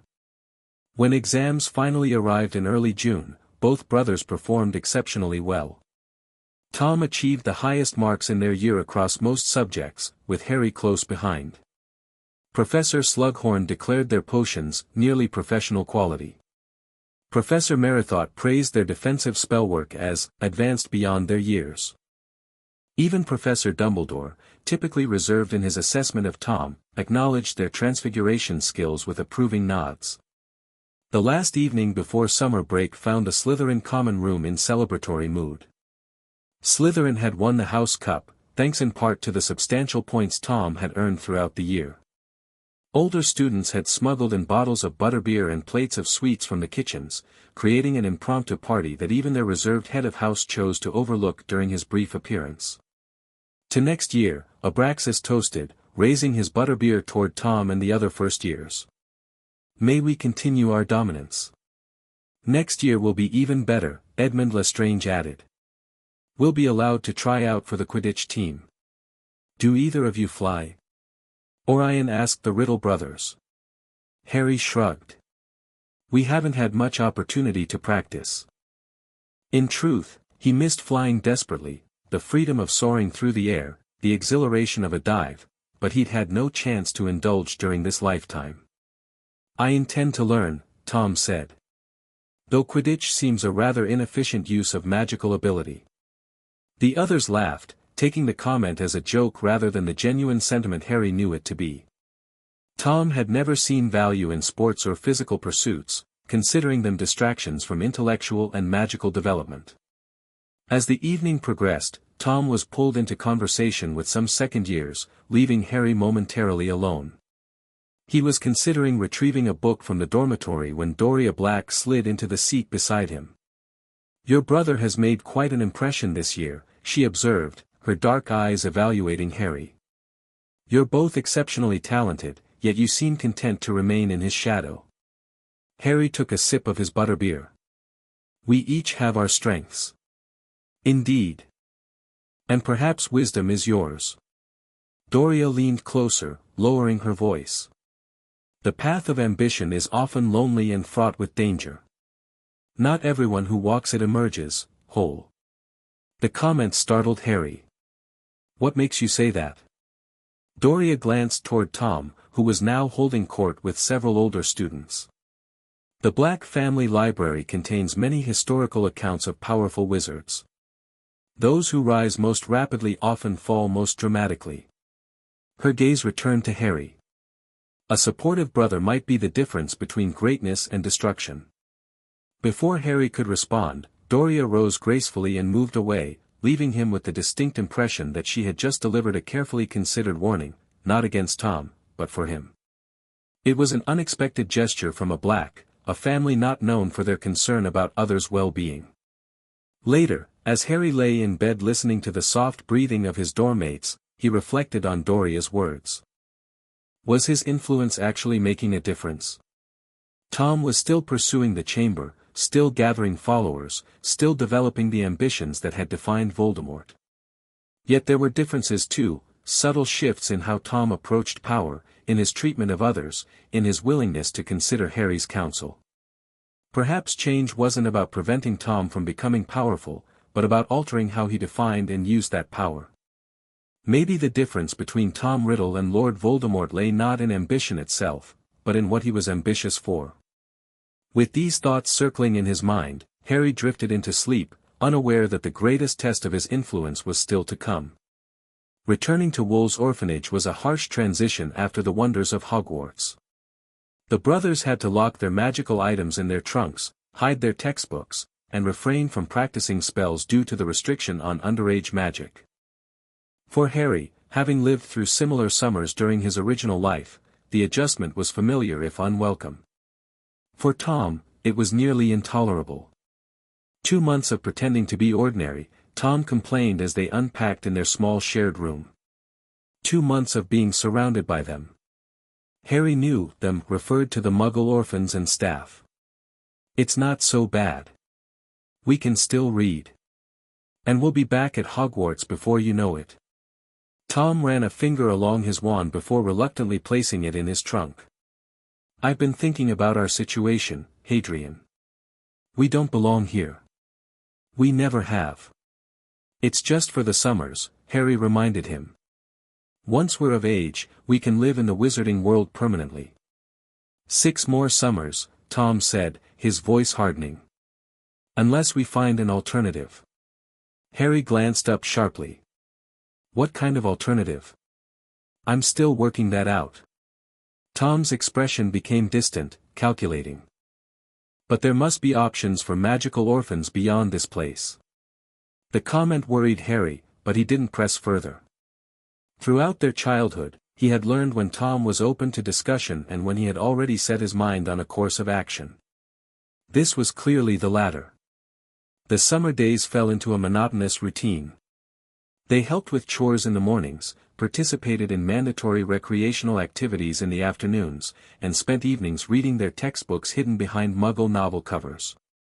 Tom grew increasingly withdrawn, speaking civilly but minimally with the other orphans and staff, saving his real conversations for when he and Harry were alone.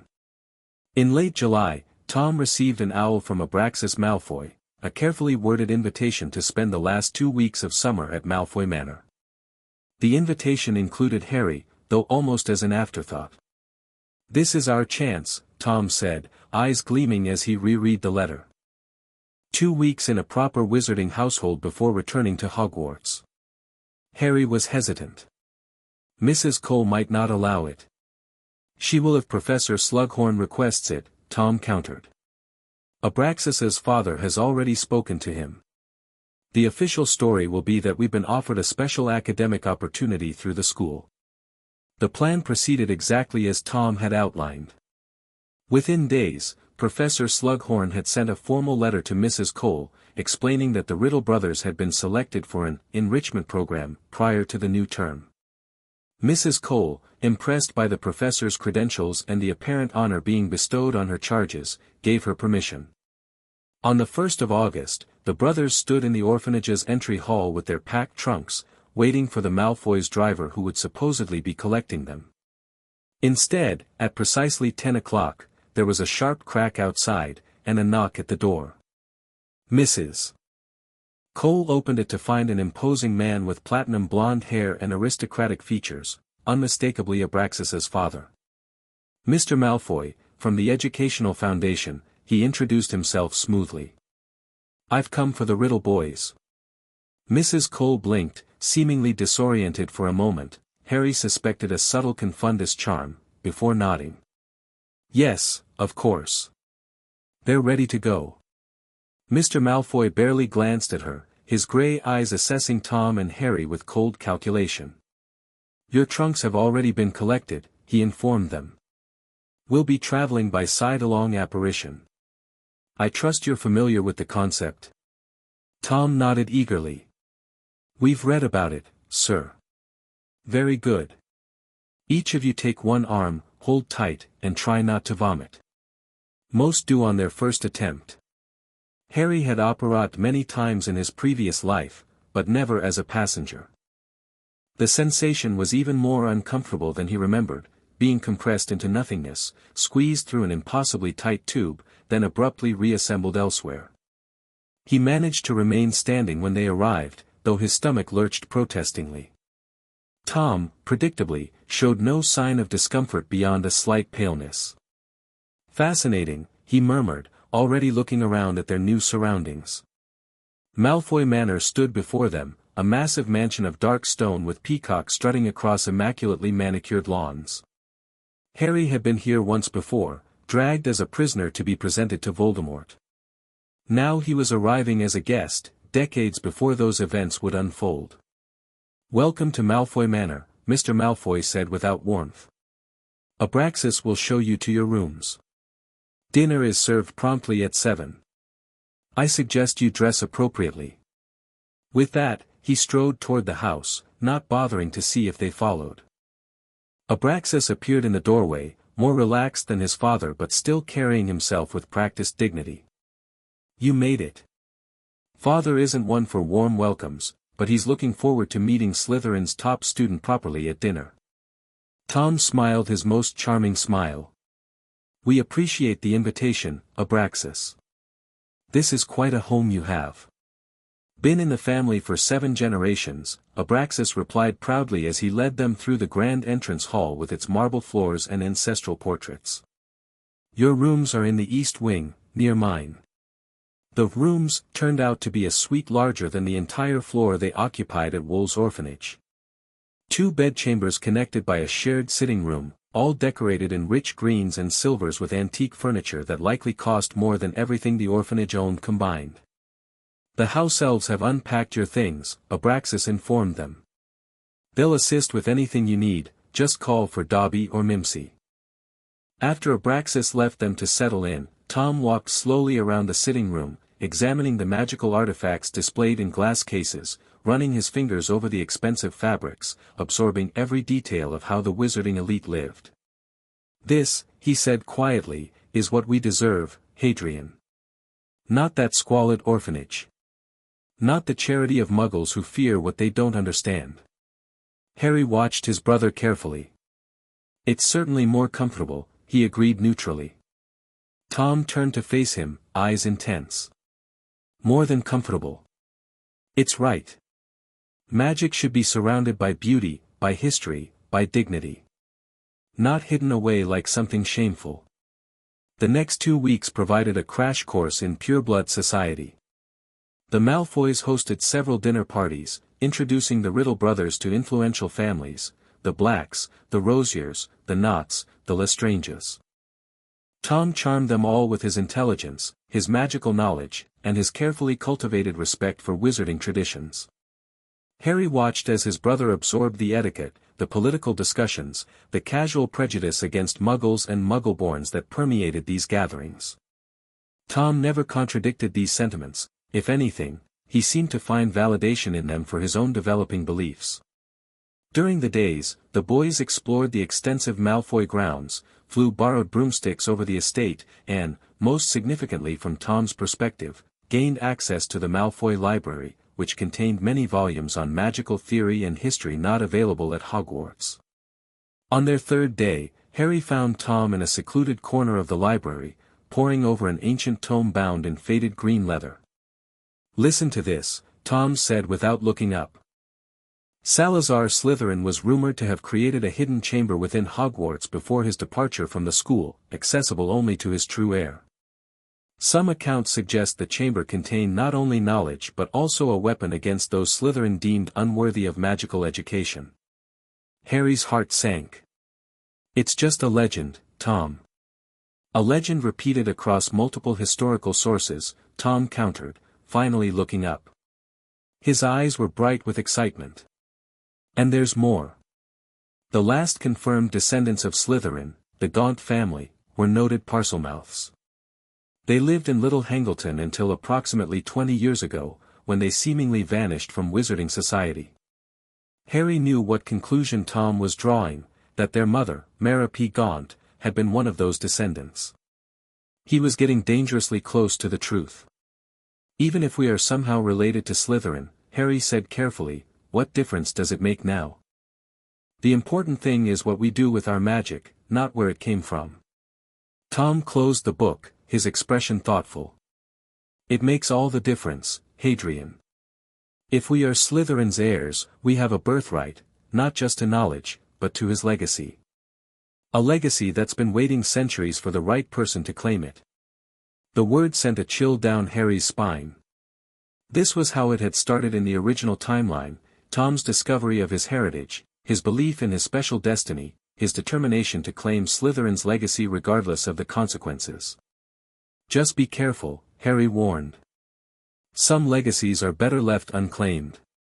Tom smiled, the expression not quite reaching his eyes. "Always the cautious one.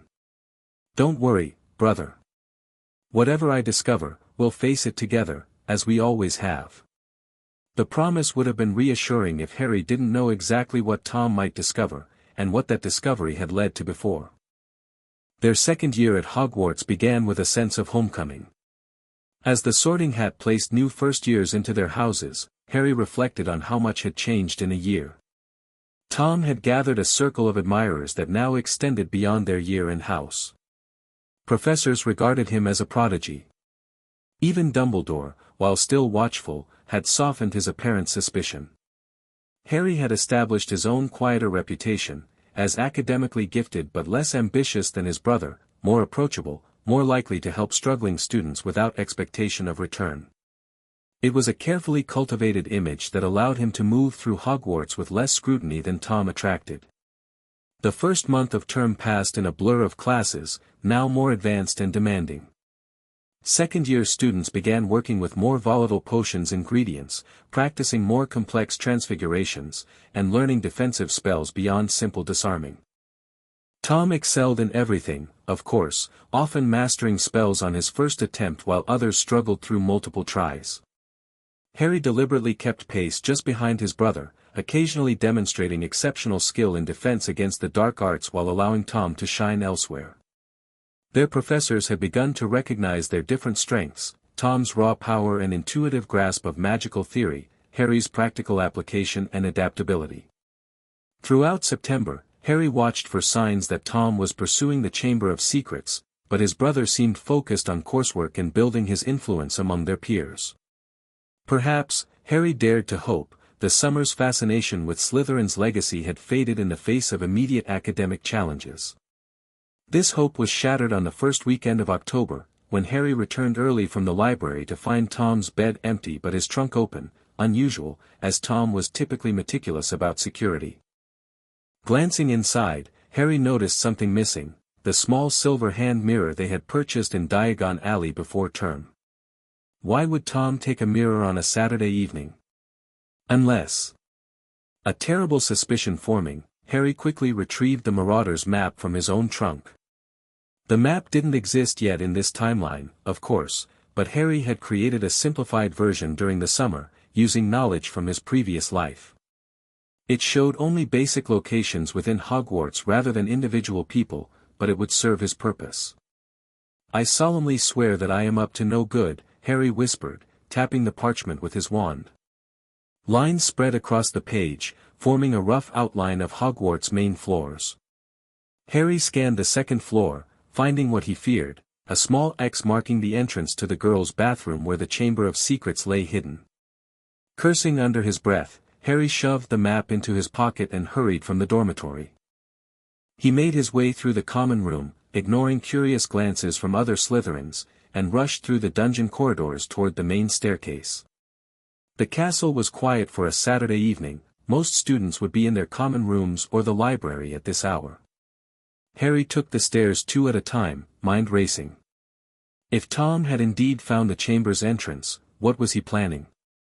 In the original timeline, the basilisk had been unleashed to attack Muggleborns.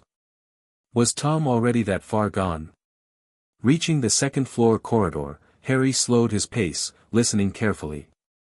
The corridor appeared deserted. He approached the bathroom door cautiously, drawing his wand. Inside, the bathroom was dimly lit and seemingly empty. Sinks lined one wall, toilet stalls the other. Harry moved silently toward the sink he knew concealed the entrance, ears straining for any sound. A soft hissing noise froze him in place. Parseltongue. Open for the heir of Slytherin. Tom's voice, speaking the snake language that had once connected Harry to Voldemort. Harry moved forward rapidly, rounding the corner just as the sinks began to shift, revealing the dark pipe that led down to the chamber. Tom, stop. His brother spun around, wand raised defensively before recognizing Harry. Surprise flickered across his face, quickly replaced by irritation. How did you find me? I followed you, Harry lied. What are you doing? This is the girls' bathroom. Tom's expression became guarded. It's more than that. I found it, Hadrian. The Chamber of Secrets. Just as I told you I would. The entrance gaped behind him, a black hole leading into the depths of the castle. Harry struggled to keep his voice calm, reasonable. Tom, you don't know what's down there. I have theories. Tom's eyes gleamed with excitement. Slytherin's knowledge, his secrets, perhaps even his familiar. A magical creature bound to his bloodline. Harry felt sick. Tom already suspected the basilisk's existence. It's dangerous. Whatever's down there has been sealed away for centuries for a reason. Sealed away by those who feared Slytherin's power, Tom countered. By those who didn't understand his vision. But we're different, Hadrian. We're his heirs. The chamber has been waiting for us. You don't know that for certain, Harry argued, desperately trying to dissuade him. The Parseltongue ability doesn't prove direct descent. Tom smiled, a triumphant expression that sent chills down Harry's spine. I have proof. Over the summer, I convinced Mr. Malfoy's ministry contacts to search for information about our mother. Mara P. Riddle, born Mara P. Gaunt, last daughter of the Gaunt family, direct descendants of Salazar Slytherin himself. Harry wasn't surprised that Tom had discovered this, it was inevitable, but the timing was accelerated compared to the original timeline.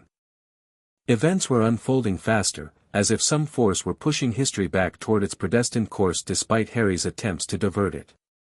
Even if that's true, Harry said, we should proceed carefully. Research more before entering the chamber. Consult Professor Slughorn or, consult no one, Tom interrupted sharply. This is our birthright, not something to be shared with teachers who would only restrict access out of fear or jealousy. His expression softened slightly. Come with me, Hadrian. We'll discover Slytherin's secrets together, as brothers. Harry faced an impossible choice. If he refused, Tom would likely proceed alone, encountering the basilisk without preparation or supervision. If Harry accompanied him, he might be able to prevent disaster, but he would also be complicit in opening the chamber years before it had happened in the original timeline. "We need proper preparation," Harry insisted. "Protective spells. Research on what we might encounter. Not a reckless descent into unknown danger." Tom hesitated, clearly torn between his eagerness to explore the chamber and his respect for Harry's caution. "What would you suggest?" Harry seized the opening. "Close the entrance. Let's spend a week researching any references to what might be in the chamber. Prepare countermeasures for possible dangers. Then we return, together, properly equipped." For a tense moment, Harry thought Tom would refuse. Then his brother nodded reluctantly. 1 week. But no one else can know about this, Hadrian. Not even our friends. Agreed, Harry said, relief washing through him. A week would give him time to develop a strategy, perhaps even find a way to neutralize the basilisk before it could be used to harm anyone. Tom turned to the entrance and hissed another command. The sink structure began to reassemble itself, the pipe disappearing from view. As the bathroom returned to normal, Tom picked up the small mirror he had placed on the floor beside the sink. "A precaution," he explained, seeing Harry's questioning look. "I had a theory about what might be in the chamber. Something that would require indirect viewing." Harry's blood ran cold. Tom had already deduced the basilisk's deadly gaze and had prepared accordingly. His brother was disturbingly close to unraveling Slytherin's entire legacy, and with it, the weapon that had once terrorized Hogwarts. "Let's get back to the common room," Harry suggested. "We can begin our research tonight." As they walked through the darkened corridors, Harry's mind raced. The discovery of the chamber had occurred 3 years ahead of schedule. Tom was advancing toward his dark destiny faster than in the original timeline, despite Harry's presence and influence. Was fate itself working against him? Or was there something about this version of Tom, growing up with a brother, having a genuine connection to another person, that made him more effective, more focused in his pursuit of power? Either way, Harry had bought himself a week to prevent history from repeating itself. 1 week to save both his brother and the school from what lurked beneath. The week that followed was a delicate balance of research and misdirection. During the day, Harry and Tom attended classes as usual, maintaining their academic standing while giving no outward sign of their discovery. In the evenings, they pored over books in the library or their dormitory, ostensibly studying for upcoming exams but actually seeking information about basilisks and protective measures against them. Tom had indeed deduced that Slytherin's monster was a basilisk, though he seemed more intrigued than alarmed by the creature's lethal abilities. "A perfect guardian," he commented while reading a particularly detailed description. "Lethal to enemies, but controllable by those with the gift of Parseltongue." Harry, meanwhile, secretly focused on finding ways to neutralize or contain the basilisk without killing it, both to preserve their cover story of exploration rather than confrontation, and because he knew the creature was merely following its nature and the commands of those who could speak to it. By Thursday evening, they had compiled significant research. Tom had created detailed notes on basilisk legends, their weaknesses, primarily the crow of roosters, and historical accounts of Parselmouths controlling serpents. Harry had gathered protective spells and developed contingency plans, all while pretending to share Tom's excitement rather than his dread. "We should enter Saturday night," Tom decided as they sat in a secluded corner of the Slytherin common room. "After curfew, when we're least likely to be missed or followed." Harry nodded, having anticipated this timeline. "We'll need mirrors, not just one, but backups. And something to create light down there." "Already arranged," Tom said with satisfaction. "Abraxas unwittingly provided what we need. He thinks I'm working on an experimental charm for Professor Flitwick." The casual manipulation of their housemates had become second nature to Tom, Harry noted with discomfort. "What about protective spells?" "I've been practicing shield charms beyond our year level," Tom replied. And several obscure defensive spells I found in that book from the restricted section. Harry wasn't surprised that Tom had gained access to restricted materials. Professors routinely granted him special permissions due to his exemplary academic record. Good. We should also bring basic medical supplies in case something goes wrong. Tom gave him an amused look. Always prepared for the worst, aren't you? One of us should be, Harry replied with a pointed smile. Late Saturday night, when their dorm mates were asleep, the brothers silently gathered their prepared materials and made their way through the darkened castle. Harry had spent the previous day discreetly acquiring a small vial of rooster blood from the groundskeeper's coop, not as effective as a living rooster's crow, but potentially useful as a deterrent if combined with the right charm. They reached the second-floor bathroom without incident. Tom approached the sink that concealed the entrance, excitement radiating from him despite his controlled expression. "Open," he commanded in Parseltongue. The sink receded, revealing the dark pipe beyond. Tom lit his wand with a whispered "Lumos," illuminating the steep descent. "I'll go first," he said. "Wait 30 seconds, then follow." Before Harry could protest, Tom had slid into the pipe and disappeared into the darkness. Harry counted silently, heart pounding, then followed his brother into the depths beneath Hogwarts. The journey down was just as Harry remembered from his previous life, a slick, twisting slide through damp darkness, ending in a rough landing on a floor littered with small animal bones. Tom was waiting, wand raised, surveying their surroundings with keen interest. "This way," he said, pointing down a stone tunnel. They proceeded cautiously, wands illuminating their path. Harry kept a small mirror ready, watching for any movement ahead. The tunnel wound through the darkness, just as it had decades later when Harry had pursued the memory of Tom Riddle to save Ginny Weasley. They reached the cave-in point, where in Harry's original timeline, Lockhart's backfiring spell had collapsed the ceiling. Here, the tunnel remained intact, having not yet suffered the damage time would bring. Beyond lay the ornate door with its serpentine locks. "Open," Tom commanded again, and the snakes moved in their circular pattern, allowing the door to swing silently inward.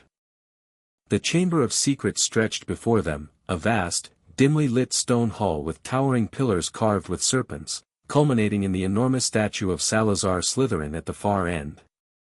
Green light filtered through unseen sources, casting an eerie glow across the reflective floor. "Magnificent," Tom breathed, stepping forward. "Exactly as I imagined." Harry followed more cautiously, all senses alert for the basilisk's approach. "Remember to use the mirrors for looking around corners," he reminded Tom.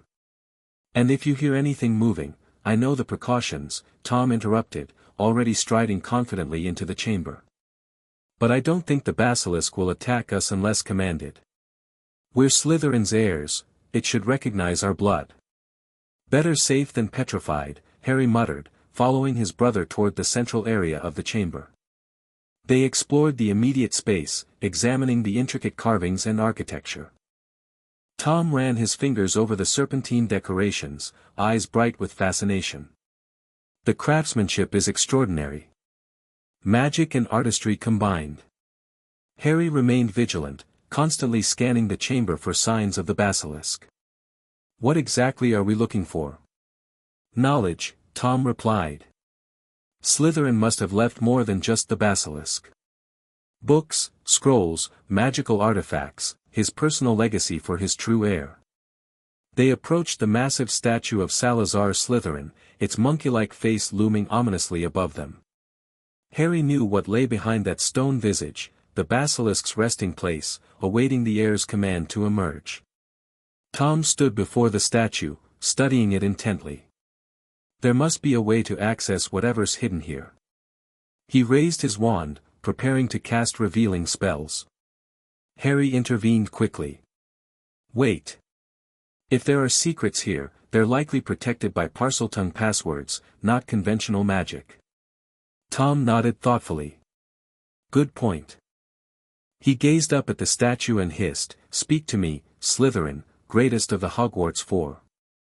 Harry tensed, recognizing the phrase from his original timeline, the command that would summon the basilisk. He gripped his wand tightly, prepared to act. Sure enough, the statue's mouth began to open with a grinding of stone, creating a black aperture. Harry raised his mirror, angling it to see indirectly while keeping his direct gaze averted. "Something's moving," he warned, seeing a flash of scale in the reflection. Tom didn't retreat. Instead, he stepped forward, hissing softly, "We are your heirs, Great Serpent. We have come to claim Slytherin's legacy." Through the mirror, Harry saw an enormous serpentine form emerging from the statue's mouth, impossibly large, vibrantly green, its deadly eyes currently closed as it tasted the air with its forked tongue. "Young speakers," the basilisk hissed, its voice ancient and resonant in Parseltongue. "After so long, the heir has come.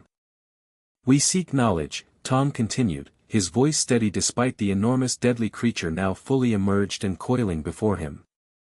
"Slytherin's secrets, preserved for his true descendants." The basilisk's head swayed slightly, its eyes still mercifully shut. "Behind my nest lies the founder's treasury. Only those of his blood may enter." Tom glanced at Harry, triumph evident in his expression. "Did you hear? There is more, a hidden treasury." "I heard," Harry acknowledged, keeping his mirror position to watch the basilisk. "But we should proceed cautiously. That creature could kill us instantly if it opens its eyes." "It won't harm us," Tom said with absolute confidence. "We're the heirs it's been waiting for." The basilisk continued to sway before them, tongue flicking out occasionally to taste their scent. "Your blood carries the founder's essence," it hissed. "But one of you bears something else. Something familiar yet strange." Harry froze. Could the basilisk somehow sense his displaced soul, his connection to another timeline? Tom glanced at Harry curiously before returning his attention to the basilisk. "What treasury do you guard, mighty one? What knowledge did Slytherin leave behind?" "The founder's wisdom, his greatest works, his personal grimoire, all preserved in the chamber beyond." The basilisk's massive head turned toward the statue.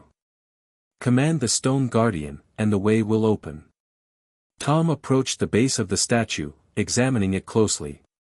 After a moment, he hissed, "Reveal your secrets to Slytherin's heir." A section of stone slid noiselessly aside, revealing a narrow passage. Tom looked back at Harry, eyes gleaming with excitement. "We've found it. Slytherin's personal collection, hidden for centuries." Harry's mind raced. This was unexpected. In his original timeline, there had been no mention of a treasury beyond the chamber itself.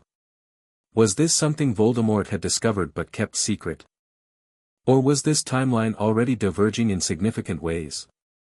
"Great Serpent," Harry addressed the basilisk directly, "will you return to your rest while we explore the treasury?" The basilisk's head turned toward Harry's voice. "I obey the heirs. Command, and I shall comply." "Return to your chamber for now," Harry instructed, not wanting the deadly creature roaming freely while they explored. "We may call for you again later." The basilisk bowed its massive head and began slithering back toward the statue's mouth. Tom watched with fascination before turning to Harry. "Impressive," he commented. "It responds to you as readily as to me." "We're both Parselmouths," Harry pointed out, relieved to see the basilisk disappearing into its lair. "Yes, but..." Tom studied Harry with renewed interest. "The serpent sensed something different about you. What did it mean?" "I have no idea," Harry lied. "Perhaps because you spoke first, it recognized you as the primary heir." Tom seemed satisfied with this explanation. "Shall we explore our inheritance?" The treasury beyond proved to be a small chamber lined with stone shelves.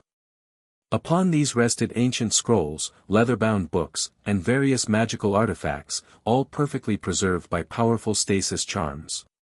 At the center stood a pedestal holding a single book bound in basilisk skin, its cover emblazoned with Slytherin's serpent crest. Tom approached the pedestal reverently, while Harry examined the shelves. The collection was smaller than the Hogwarts library, but Harry immediately recognized that these texts contained knowledge far beyond the school's curriculum: ancient magic, forgotten spells, secrets of serpent mastery, and disturbingly, detailed instructions for magics that bordered on the darkest arts. His personal grimoire, Tom breathed, carefully opening the book on the pedestal.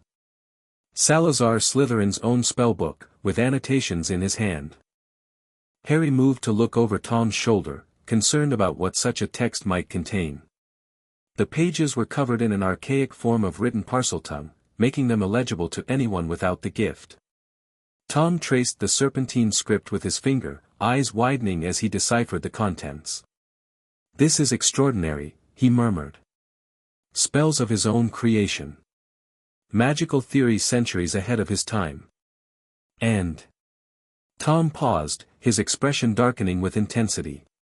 His true philosophy on blood purity and magical education. Harry's heart sank.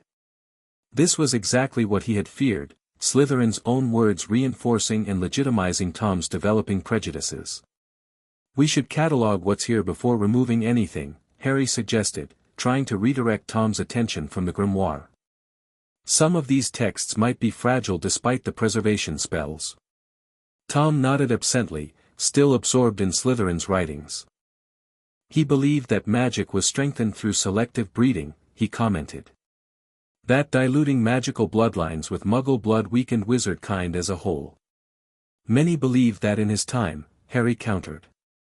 "It was a different era, with different understandings of heredity. Yet the greatest magical breakthroughs have consistently come from pure blood lines," Tom argued, looking up from the book. "The evidence supports his position. Except for exceptional half-bloods like us," Harry pointed out. "And numerous Muggleborns who have contributed significantly to magical advancement." Tom frowned slightly. "Exceptions that prove the rule, perhaps." Harry recognized the dangerous path this discovery was setting Tom upon, the same ideological foundation that had shaped Voldemort's campaign against Muggleborns. He needed to counterbalance Slytherin's influence before it took root too deeply. "Let's look at everything before drawing conclusions," Harry suggested. "Great wizards can be wrong about some things while right about others." They spent the next hour examining the treasury's contents, with Tom focusing on Slytherin's personal writings while Harry investigated the magical artifacts. Among these, Harry discovered several items of particular interest: a silver locket that thrummed with protective enchantments, not yet the Horcrux it would become, a ring set with a black stone that Harry recognized with shock as the Resurrection Stone, and various devices for detecting and manipulating magical energies. "We can't possibly study all this in one night," Harry observed as the hour grew late. "And we risk being missed if we stay too long." Tom looked up reluctantly from the grimoire. "You're right. We should return when we can spend more time." He ran his hand over the book's cover. "I want to bring this with us." "Is that wise?" Harry asked cautiously. "It might be protected by spells that would trigger if removed from this chamber." Tom considered this. A valid concern. "Perhaps for now, we should leave everything in place." He gave the collection a proprietary look. "After all, it's not going anywhere. It's waited centuries for us, it can wait a few more days." Harry felt a surge of relief. Every day the grimoire remained in the chamber was a day Tom wasn't absorbing Slytherin's most dangerous ideas. They carefully exited the treasury, sealing it behind them with another Parseltongue command. As they prepared to leave the main chamber, Tom paused, looking back at Slytherin's statue. "We should establish regular visits," he said. "There's so much to learn here, knowledge that belongs to us by right of blood." "We'll need to be careful," Harry cautioned. "Too many unexplained absences might draw attention." "Once or twice a week should suffice," Tom decided. "Enough to make progress without arousing suspicion." As they made their way back through the tunnels toward the pipe entrance, Tom was uncharacteristically silent, his expression contemplative.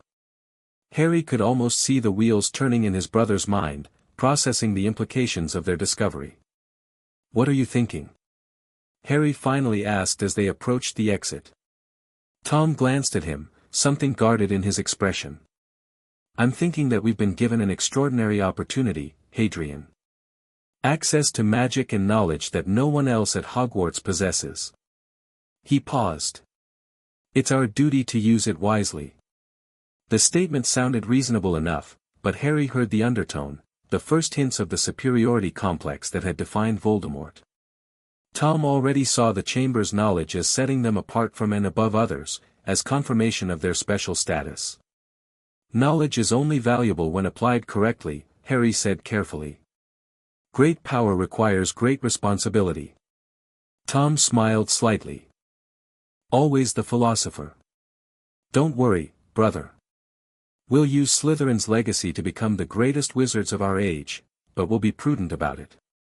As they ascended back to the bathroom and sealed the chamber behind them, Harry couldn't shake his unease.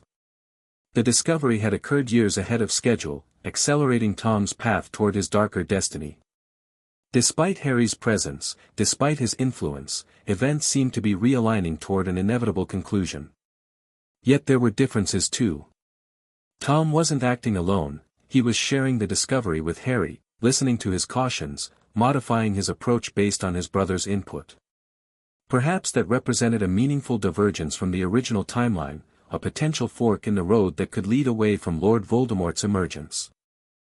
Or perhaps, Harry thought as they slipped silently back toward the Slytherin dormitory, he was merely being allowed to witness the transformation up close, powerless to prevent it despite his foreknowledge and good intentions. Only time would tell which path this version of Tom Riddle would ultimately choose, and how much Harry's presence would influence that choice. News of strange events began circulating through Hogwarts by mid-November. First years reported hearing whispers in empty corridors. A Hufflepuff girl claimed a water tap had spoken to her in the second-floor bathroom. A Ravenclaw prefect swore he'd seen a massive shadow slither past a ground-floor window one night during his rounds. Harry listened to these rumors with growing alarm. Despite Tom's promise that they would only visit the chamber for research, he suspected his brother was exploring independently, perhaps even commanding the basilisk on solo excursions through the castle's plumbing system.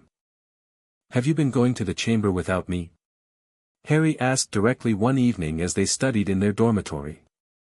Tom looked up from Slytherin's grimoire, which he had indeed removed from the chamber despite his earlier agreement to leave it in place. Occasionally. The serpent needed exercise after centuries of confinement. Exercise? Harry repeated incredulously. Tom, that's an incredibly dangerous creature capable of killing with a single glance. It's not a pet to be walked. It's perfectly safe, Tom replied dismissively. I've instructed it to keep its eyes closed when moving through the pipes. And it only travels at night, when the corridors are empty. People are noticing, Harry warned. There are rumors spreading. Vague, unsubstantiated rumors, Tom said with a shrug. No one suspects a basilisk. At worst, they think the castle is haunted by a new ghost. Harry wasn't reassured. The cavalier way Tom discussed controlling the basilisk reminded him too much of the diary Tom Riddle from his second year, confident, dismissive of risk, certain of his own mastery. What about the treasury? Harry asked, changing tactics. Have you removed other items?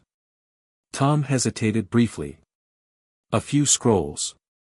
Some small artifacts for study. Nothing that would be missed. We agreed to leave everything in place until we understood the protections better, Harry reminded him. And I've since determined the protections are keyed to our blood, Tom countered. The items are perfectly safe in our possession. This was a troubling development. Tom was making unilateral decisions about the chamber's contents, accelerating his accumulation of Slytherin's knowledge and power. Worse, he was doing so partially in secret, without consulting Harry despite their supposed partnership in the discovery. What exactly are you researching? Harry pressed. Tom closed the grimoire, expression becoming guarded. Various subjects. Slytherin was particularly accomplished in mental arts, legilimency, memory manipulation, magical influence. Fascinating applications. Mind magic. Harry suppressed a shudder, remembering Voldemort's devastating skill with legilimency. If Tom was already studying these techniques from Slytherin's personal teachings, he could become dangerously proficient far earlier than in the original timeline. Those are complex, potentially harmful magics, Harry said carefully. Well beyond second-year level. Beyond conventional second-year level, Tom corrected. But we've always been exceptional, haven't we? Why limit ourselves to the standard curriculum when we have access to the teachings of one of the greatest wizards in history? The question was rhetorical. Tom had already decided his course and was merely informing Harry, not seeking his approval. Just be careful, Harry said, knowing further argument would only push Tom to greater secrecy. And please, keep the basilisk contained. If anyone were harmed. No one will be harmed, Tom promised, though something in his tone lacked conviction. The serpent obeys me absolutely. Harry wasn't so certain. The basilisk was an ancient, powerful magical creature with its own intelligence. Its primary loyalty was to Slytherin's bloodline, but that didn't guarantee perfect control, especially by a 12-year-old wizard still learning to harness his own magic. Over the following weeks, Harry made a point of accompanying Tom on his declared visits to the chamber, hoping to maintain some oversight of his brother's activities. They spent hours in the treasury, cataloging its contents, translating scrolls, examining artifacts. Tom focused primarily on Slytherin's personal writings and spell creations, while Harry investigated the historical texts and protective magics. During one such visit in early December, Harry discovered something unexpected, a small journal documenting Slytherin's personal reflections during Hogwarts' founding years. Unlike the grimoire, which focused on magical theory and spellcraft, this text revealed the man behind the legend. Listen to this, Harry said, looking up from the journal. Slytherin writes about his friendship with Gryffindor before their falling out. They were like brothers, according to this passage. Tom glanced up from the scroll he was studying. Before Gryffindor betrayed Slytherin's vision for the school. That's not how Slytherin describes it here, Harry countered. He writes with regret, not just anger. Says their conflict was the greatest sorrow of my life, and that, in our shared vision for magical education, we were unified, only in the question of who deserved that education did we divide. Tom frowned. What's your point? That even Slytherin himself saw a nuance in the situation, Harry explained. He didn't view Gryffindor as entirely wrong or himself as entirely right. There was complexity in their disagreement. Yet he still built this chamber and left the basilisk to purge the school of those he deemed unworthy, Tom pointed out. True, Harry acknowledged. But according to this, he did so as a last resort, not his first choice. He wanted to continue the debate, to find compromise.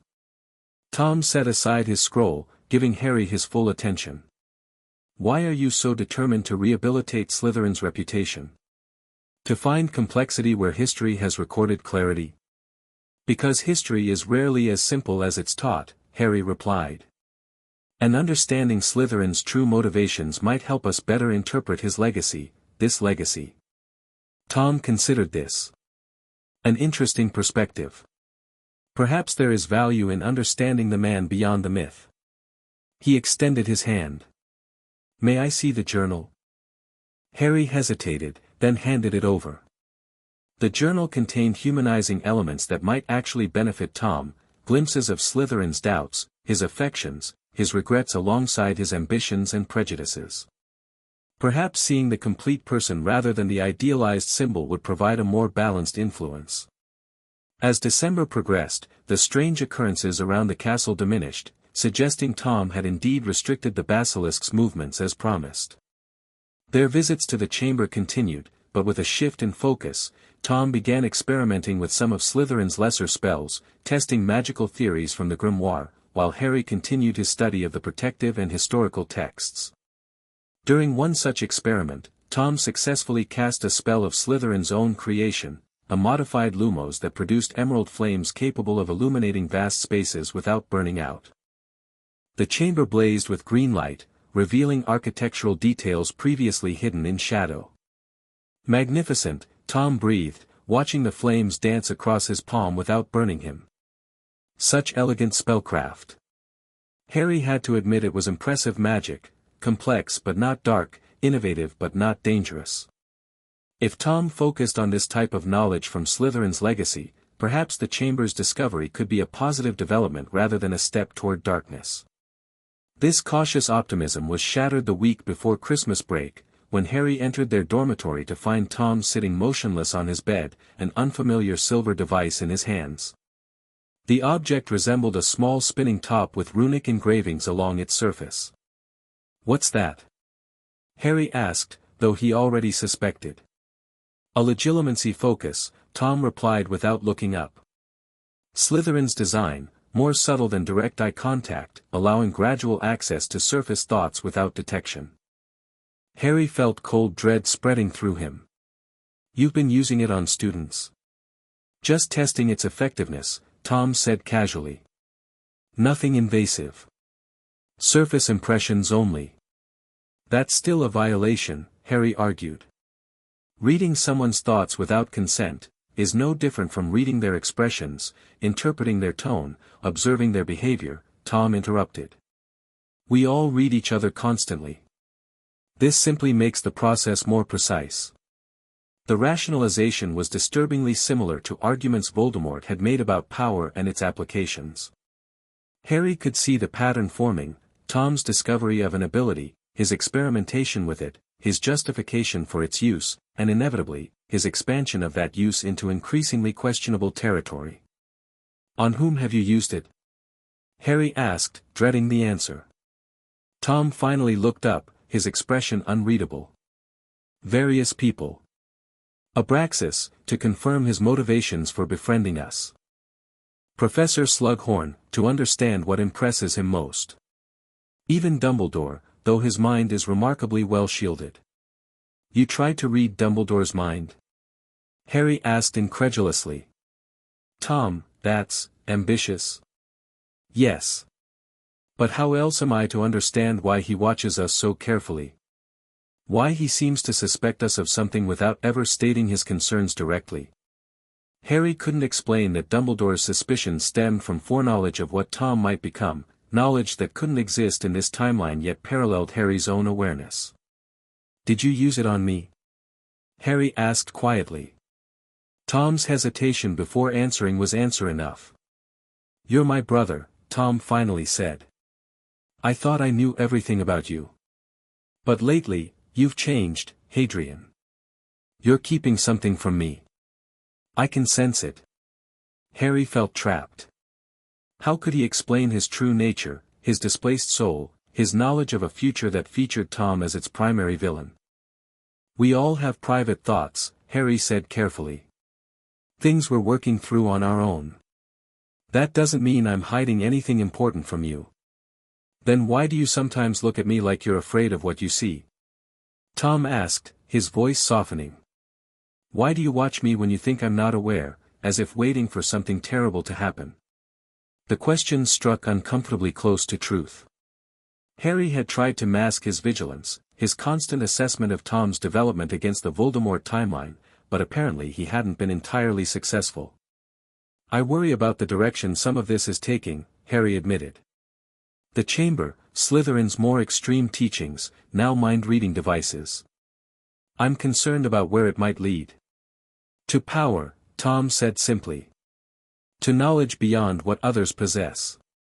To our rightful place in the wizarding world." His expression darkened slightly. "Unless you're ashamed of our heritage?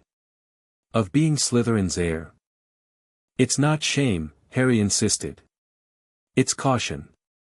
Power obtained too quickly, without the wisdom to use it properly, can be dangerous, to others and to ourselves." Tom studied him for a long moment, then set the legilimency focus aside. "Your caution has value, Hadrian. It balances my ambition. Perhaps that's why we're brothers, two sides of the same legacy." The conversation left Harry deeply unsettled. Tom had been exploring mind magic without his knowledge, had even attempted to read Harry's thoughts. The boundary violations were escalating, moving beyond school rules into fundamental ethical breaches. Worse, Tom clearly suspected Harry was keeping secrets, which he absolutely was. If Tom ever discovered the truth about Harry's reincarnation and foreknowledge, the consequences could be catastrophic. Either Tom would reject him completely, or he would attempt to extract every detail about the future Voldemort, possibly seeking to become an even more effective version of his alternate self. As they prepared for the Christmas holiday, another 2 weeks at Wool's Orphanage, Harry realized the discovery of the chamber had irrevocably changed their relationship. Tom was accelerating toward his destiny despite Harry's influence, accumulating knowledge and abilities that would shape his transformation into someone increasingly dangerous. The question was no longer whether Harry could prevent Tom from becoming Voldemort, but whether he could guide Tom toward a different kind of power, one that didn't demand dominance through terror and destruction. The Chamber of Secrets had opened far earlier than in the original timeline, but perhaps its contents could be directed toward different ends. It would require careful navigation, subtle influence, and possibly difficult compromises. But as they boarded the Hogwarts Express for London, Harry remained determined to try, because the alternative meant watching his brother become a monster, and that was a fate he couldn't accept, not when he'd been given this second chance to change history. The true test would come next term, when they returned to Hogwarts and the chamber. Then Harry would discover whether Tom's path could truly be altered, or if some destinies were simply inevitable, regardless of how much love and guidance stood in their way. Chapter 3, Blood and Destiny. The Christmas holiday at Wool's Orphanage passed in a haze of tension. Tom spent hours locked in silent contemplation, poring over notes he'd secretly transcribed from Slytherin's grimoire, while Harry watched with growing unease. The orphanage, with its peeling paint and threadbare furnishings, seemed to agitate Tom more than ever before. "Look at this place," Tom muttered one evening, glancing around their small shared room with naked contempt. "After experiencing Hogwarts, after discovering our true heritage, returning here feels like a prison sentence." Harry, who sat on his bed mending a pair of socks, glanced up. "It's just 2 weeks. We'll be back at school soon enough." "That's not the point." Tom closed his notebook with a sharp snap. "We are the heirs of Salazar Slytherin, one of the greatest wizards in history. Yet we're forced to live among muggles who fear what they don't understand, in conditions barely suitable for animals." The bitterness in Tom's voice was familiar. Harry had heard similar sentiments from the Diary Riddle and from Voldemort himself. The chamber's discovery had accelerated Tom's sense of entitlement, his belief in his superiority to the muggle world that had raised him. "We won't be here forever," Harry reminded him. "Once we're of age, 5 more years," Tom interrupted. 5 years of returning to this squalor, every summer while our birthright waits beneath Hogwarts." Harry set his sewing aside. "The chamber isn't going anywhere, Tom. It's waited centuries, it can wait a few more summers." Tom's eyes flashed with momentary anger, then settled into something cooler, more calculated. "Perhaps. But I've been thinking about our situation more broadly. About our mother's family, the Gaunts." Harry tensed. Tom's interest in their maternal lineage had grown since confirming their connection to Slytherin. "What about them?" "They live near here, in Little Hangleton. A village just 50 miles north." Tom leaned forward, his expression intent. "We could visit. See where our mother came from. Perhaps learn why she left her wizarding family to marry a muggle." The suggestion sent a chill through Harry. He knew exactly what Tom would find in Little Hangleton, the crumbling gaunt shack where their Uncle Morphin still lived, and the Riddle mansion housing their father and grandparents. In the original timeline, Tom's discovery of his paternal family had led directly to their murder and his creation of the ring Horcrux. "It's winter," Harry said carefully. "Travel would be difficult. And the orphanage wouldn't allow it." "Since when have orphanage rules constrained us?" Tom countered. "We have magic, Hadrian. Limited without our wands, true, but enough to manage a simple journey. Even if we could go, what exactly are you hoping to find?" Harry asked, trying a different approach. "Mother is dead. Any family there may not even know we exist." Tom studied Harry with narrowed eyes. "You're trying to dissuade me. Why? Don't you want to know where we come from?" Who we are beyond this. He gestured to the orphanage around them. I know who we are, Harry said firmly. We're brothers. We're wizards. What more matters? Blood matters, Tom replied, his voice soft but intense. Heritage matters. The Gaunt family were direct descendants of Slytherin himself. There might be heirlooms, knowledge, connections to our past that could help shape our future. Harry recognized the dangerous path Tom's thoughts were taking. In seeking his identity through his bloodline, Tom was following the same journey that had twisted him into Voldemort, rejecting his Muggle father, embracing his Slytherin ancestry, building his self-concept around magical superiority. Let's at least wait until summer, Harry suggested, hoping to delay the inevitable. When travel is easier. When we have more time to prepare. Tom considered this, then nodded reluctantly. A reasonable compromise. Summer, then. He reopened his notebook, effectively ending the conversation.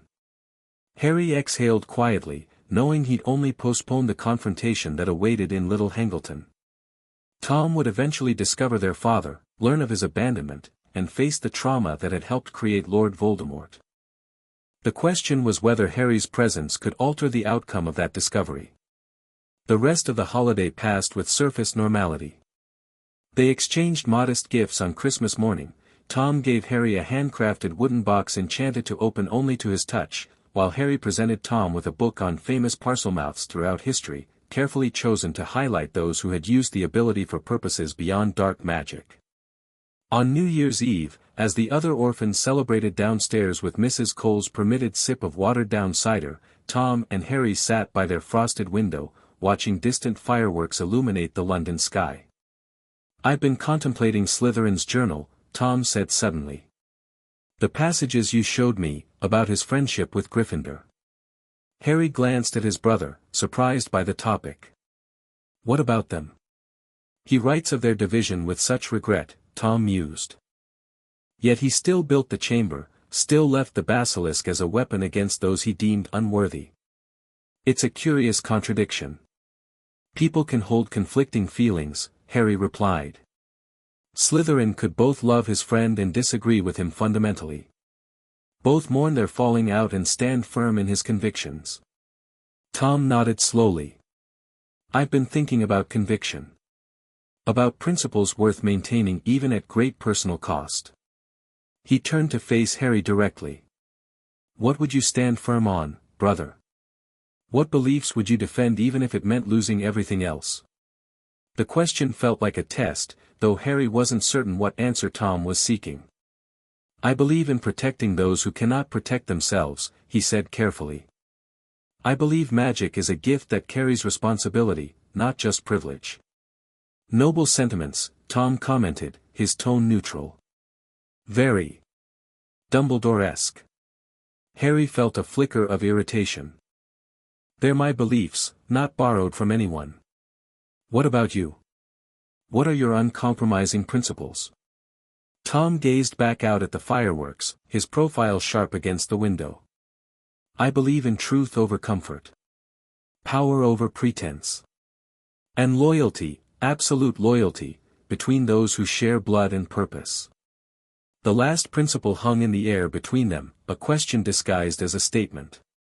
Was Harry truly loyal to Tom? Did they truly share the same purpose?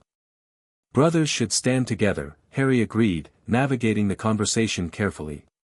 But true loyalty sometimes means challenging each other when one strays toward danger. Tom's lips curved in a slight smile. Always the voice of caution. I wonder what you fear more, Hadrian, what I might become, or what you might become standing beside me. The question struck uncomfortably close to Harry's deepest concerns. Was he changing Tom's destiny, or was Tom changing him? After nearly 12 years living as Hadrian Riddle, how much of Harry Potter remained? I fear neither, Harry lied. I simply believe we're strongest when we balance each other, your ambition and my restraint. Tom seemed to accept this answer, turning back to the fireworks. The new year approaches. 1939. His voice took on a contemplative quality. Something tells me it will be significant for us both. Harry suppressed a shiver, remembering that 1939 marked not only the outbreak of the Muggles' Second World War, but also, in the original timeline, Tom's discovery of his father and first murder. Some dates seemed fixed points, immovable despite Harry's interventions. As the distant church bells began to toll midnight, Tom reached over and gripped Harry's shoulder. "To the heirs of Slytherin," he said, his eyes reflecting the bursting fireworks. "May we fulfill our destiny." Harry placed his hand over Tom's, wondering which destiny his brother envisioned, and whether he still had any power to change it. Their return to Hogwarts brought immediate immersion in school life. Classes resumed with increased complexity, teachers began mentioning the importance of subject selection for third year, and the social hierarchy of Slytherin House continued to evolve around Tom's quiet but growing influence. Harry noticed subtle changes in how other students interacted with his brother. The deference from fellow Slytherins had deepened, becoming something closer to reverence. Even students from other houses seemed aware of Tom's special status, treating him with cautious respect if not outright admiration. Riddle, Abraxas greeted them in the common room their first evening back, using the now-established pattern of addressing Tom by surname and Harry by first name. "Hadrian.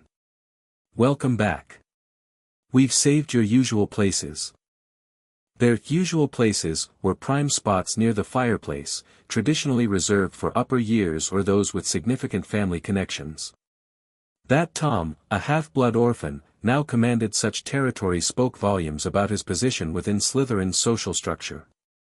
As they settled in, Harry observed the group that had gathered: Abraxas, Nott, Lestrange, the Black Cousins, and several older students including the prefect Mulciber. All pure-bloods, all from families that would later form Voldemort's inner circle of Death Eaters. "I trust your holiday was productive?" Abraxas asked Tom, though his slight grimace suggested he found the idea of Christmas at a Muggle orphanage distasteful. "Adequately so," Tom replied smoothly.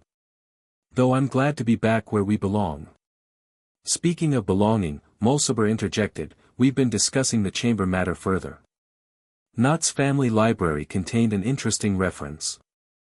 Tom's expression revealed nothing, but Harry felt him tense slightly beside him. "Oh." Nott leaned forward, lowering his voice. "An account from the 1700s, mentioning strange occurrences at Hogwarts, voices in the walls, a student claiming to see enormous yellow eyes before falling into a coma." The incident stopped abruptly when the headmaster threatened to close the school. "Fascinating," Tom murmured. Though hardly conclusive evidence of the chamber's existence. Harry marveled at Tom's performance, expressing just enough interest to encourage further sharing while concealing that he had already discovered the chamber months ago. "Of course not," Abraxas agreed. "But it adds to the pattern of incidents throughout Hogwarts history.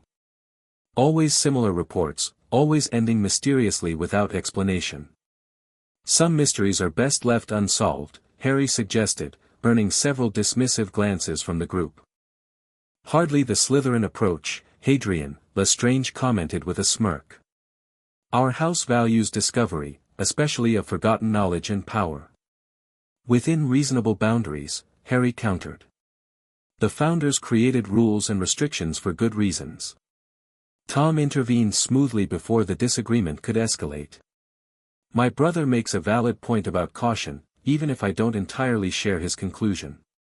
Power without control is merely chaos." He glanced around the circle. "What other matters have you been discussing in our absence?" The conversation shifted to safer topics: Quidditch standings, upcoming exams, summer plans, but Harry remained uneasy. The other Slytherins were actively researching the chamber, feeding information to Tom, encouraging his worst instincts towards secretive power-seeking.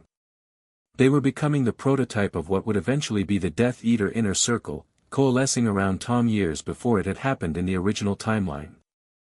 Later that night, as they prepared for bed, Harry confronted Tom directly. "You've been talking about the chamber with them." Tom didn't bother denying it. "Not in specific terms. I've simply encouraged their interest in Slytherin's legacy." "Why?" "You've already found the chamber." You don't need their research. No, Tom agreed, but I need their loyalty. Their belief in a shared purpose. He sat on the edge of his bed, studying Harry with unusual frankness. Allies are necessary, Hadrian. Even Slytherin himself had his circle of trusted followers. Followers, Harry repeated, the word heavy with implication. Is that how you see them? Not as friends, but followers. They're not our friends, Tom said dismissively. Abraxas courts my favor because he recognizes power and wants to align himself with it. Lestrange seeks to prove himself worthy of notice. Not desires knowledge he believes I can provide. His expression hardened slightly. None of them would stand beside us if circumstances changed. Only you and I share true loyalty, through blood, through shared history. The assessment was coldly accurate, yet disturbing in its detachment. Tom saw their classmates purely in terms of utility and allegiance, evaluating their worth based on what they could provide to his ambitions. And what shared purpose are you offering them? Harry pressed. Tom smiled slightly. For now, merely the excitement of secret knowledge, the allure of exclusive association. Later, perhaps, something more concrete. The vague answer did nothing to ease Harry's concerns. Just be careful. Secrets have a way of spreading beyond their intended audience. I'm always careful, Tom replied, though his confidence bordered on arrogance. Trust me, brother. I know exactly what I'm doing. That was precisely what Harry feared. The following weeks confirmed Harry's worries. Tom began holding what amounted to private court in the Slytherin common room several evenings a week, gatherings ostensibly for study but actually serving as forums for Tom to subtly display his magical knowledge, political perspectives, and growing mastery of Slytherin's teachings. Harry attended these sessions regularly, hoping to moderate Tom's influence, but found himself increasingly marginalized as the group oriented itself exclusively toward his brother. Meanwhile, their visits to the chamber continued. Tom insisted on weekly descents, sometimes with Harry, sometimes alone when Harry claimed homework obligations or Quidditch practice. He had joined the Slytherin team as a seeker, partly for genuine enjoyment, partly to maintain a life separate from Tom's growing obsessions. During one February visit, Harry discovered Tom experimenting with a disturbing spell from Slytherin's grimoire, a modified Imperious curse designed to create short-term absolute obedience without triggering the magical signatures of an unforgivable. What are you doing? Harry demanded, finding Tom practicing the wand movement in the main chamber. Tom lowered his wand calmly. Magical research. This spell is technically legal, though certainly in a gray area. It's mind control, Harry countered. Barely distinguishable from an unforgivable. The distinction is significant magically, even if the ethics concern you. Tom tucked his wand away. Besides, I'm merely studying the theory. I haven't tested it on anyone. Yet, Harry added pointedly. Tom's expression cooled. Your lack of trust is becoming tiresome, Hadrian. I've shown considerable restraint in my explorations here. The basilisk remains contained. The spells I've mastered have been used judiciously. Yet you persist in assuming the worst intentions. The accusation stung partly because Harry recognized its partial truth. He was constantly anticipating Voldemort's emergence in Tom's actions, sometimes perhaps seeing darkness where normal teenage ambition existed. I trust you, Harry said, softening his approach. I just worry about where some of this magic might lead. Mind-affecting spells in particular have a way of corrupting the caster. An interesting theory, Tom replied, his expression thawing slightly. Though I suspect the corruption comes from weak minds unable to handle the power, not from the magic itself.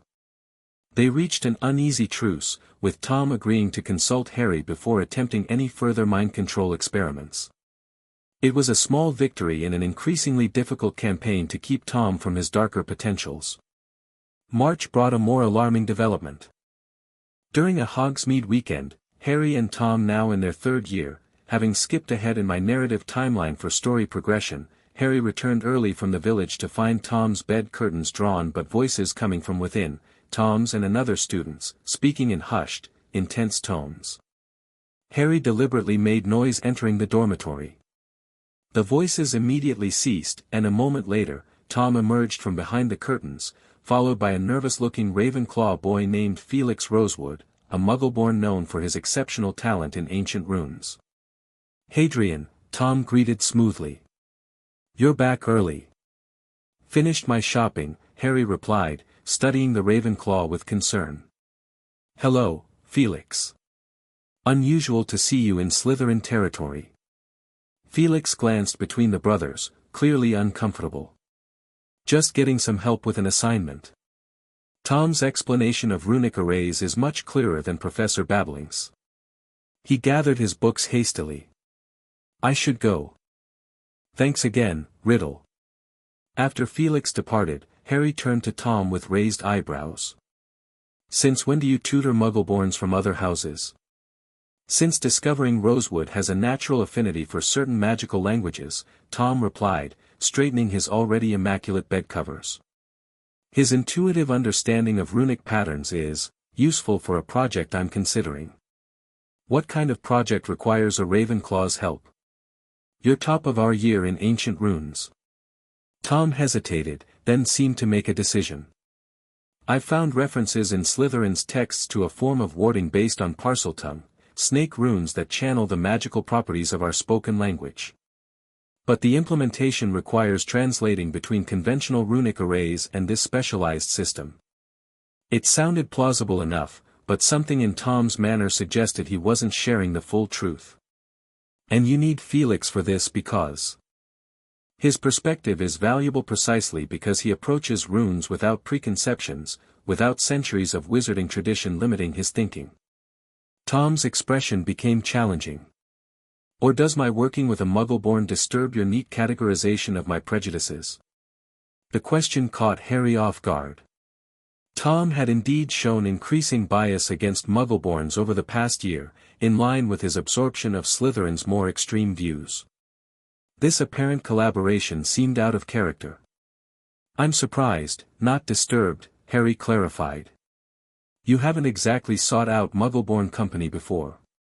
"Perhaps I'm more nuanced than you give me credit for," Tom suggested, his tone light but with an undercurrent of irritation. "I can recognize useful talent regardless of its source." Harry nodded, accepting the explanation outwardly while mentally filing away this new development for further observation. Tom using a Muggle-born student's abilities while simultaneously advocating for blood purity among his Slytherin circle represented a dangerous hypocrisy, the same compartmentalization that had allowed Voldemort to employ half-bloods in his war against impure blood. Over the following weeks, Felix Rosewood became a semi-regular visitor to the Slytherin dormitory, always meeting with Tom behind closed curtains or in remote corners of the library. Harry attempted to engage Felix directly once, catching him alone between classes, but the Ravenclaw proved surprisingly evasive. "Tom's helping me with some advanced magical theory," was all Felix would say, his eyes darting nervously around the corridor. "It's been educational." Something about the boy's demeanor, a combination of fear and fascination, troubled Harry deeply. Felix didn't show signs of the Imperious Curse or direct magical coercion, but he exhibited the same captivated anxiety that Harry remembered seeing in some of Voldemort's followers, people simultaneously terrified and enthralled by their master. When April arrived, bringing with it the pressures of approaching exams, Harry noticed another concerning pattern. Tom had begun disappearing for hours at a time, not to the chamber, but to some other location within the castle. The Marauder's map showed him moving to the 7th floor and then vanishing, clearly utilizing the room of requirement, though Harry had never revealed its existence to him. After the third such disappearance, Harry confronted his brother in their dormitory. "Where have you been going on the 7th floor?" Tom looked up from his transfiguration essay, surprise briefly crossing his features before his expression smoothed. "You've been tracking me." "I was looking for you to discuss exam revision," Harry lied. "You've been disappearing regularly." Tom studied him for a moment, clearly debating how much to reveal. "I've discovered a useful space in the castle," a room that adapts to the user's needs. Quite remarkable magic, actually. The room of requirement, Harry said, deciding honesty might encourage reciprocity. I've known about it for some time but hadn't mentioned it. Something flashed in Tom's eyes, annoyance at not being the first to make the discovery, perhaps. Indeed. It's proven ideal for certain experiments that require privacy. What experiments? Various applications of Slytherin's teachings, Tom replied vaguely. Nothing that would interest you, given your conservative approach to magical exploration. The dismissal stung, but Harry pressed on. Does it involve Felix Rosewood? Tom's expression hardened slightly. My work with Rosewood is progressing satisfactorily. That's all you need to know. We used to share everything, Harry said quietly. When did that change?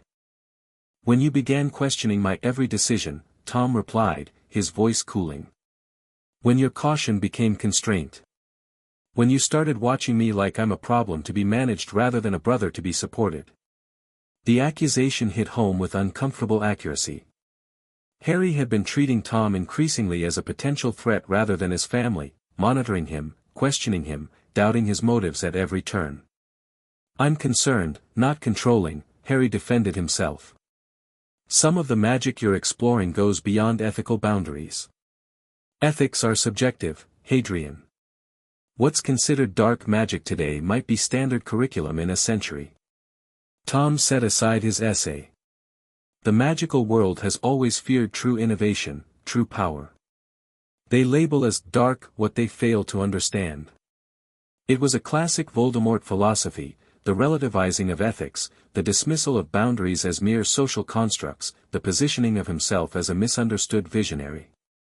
Harry recognized the pattern with sinking heart. Not all boundaries exist from fear, Harry argued.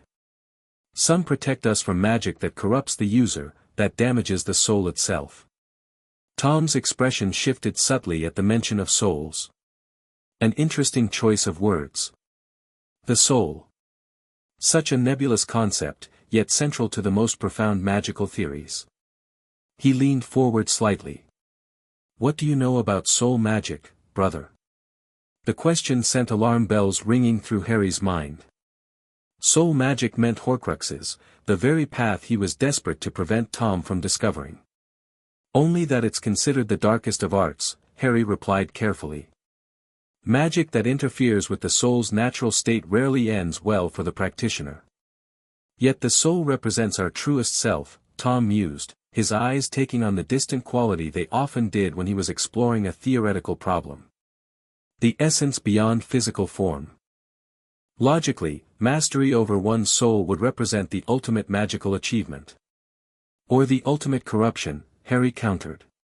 Some boundaries shouldn't be crossed, Tom. Not because of convention or fear, but because they fundamentally change what makes us human. Tom studied Harry with renewed intensity. You speak as if you have specific knowledge, not just general concern. What aren't you telling me? The direct question caught Harry off guard. Had he revealed too much? Did Tom suspect his foreknowledge? I've read more widely than you might think, Harry deflected. Including warnings about magics that seem beneficial but carry hidden costs. Tom's skeptical expression suggested he wasn't entirely convinced, but he didn't press further.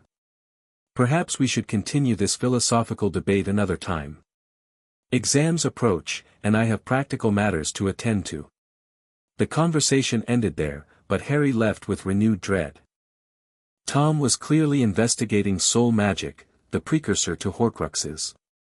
Worse, he seemed to suspect Harry knew more than he was sharing, creating a dangerous dynamic of mutual distrust between them.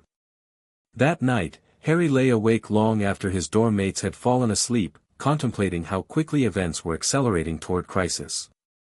Tom was gathering followers, exploring dark magic, investigating soul manipulation, all years ahead of the original timeline. Harry's presence, far from deterring these developments, seemed to be somehow catalyzing them. Perhaps, Harry thought with growing despair, some destinies truly couldn't be changed. Perhaps the universe itself was conspiring to create Lord Voldemort, regardless of Harry's interventions. Or perhaps he had been approaching the problem all wrong.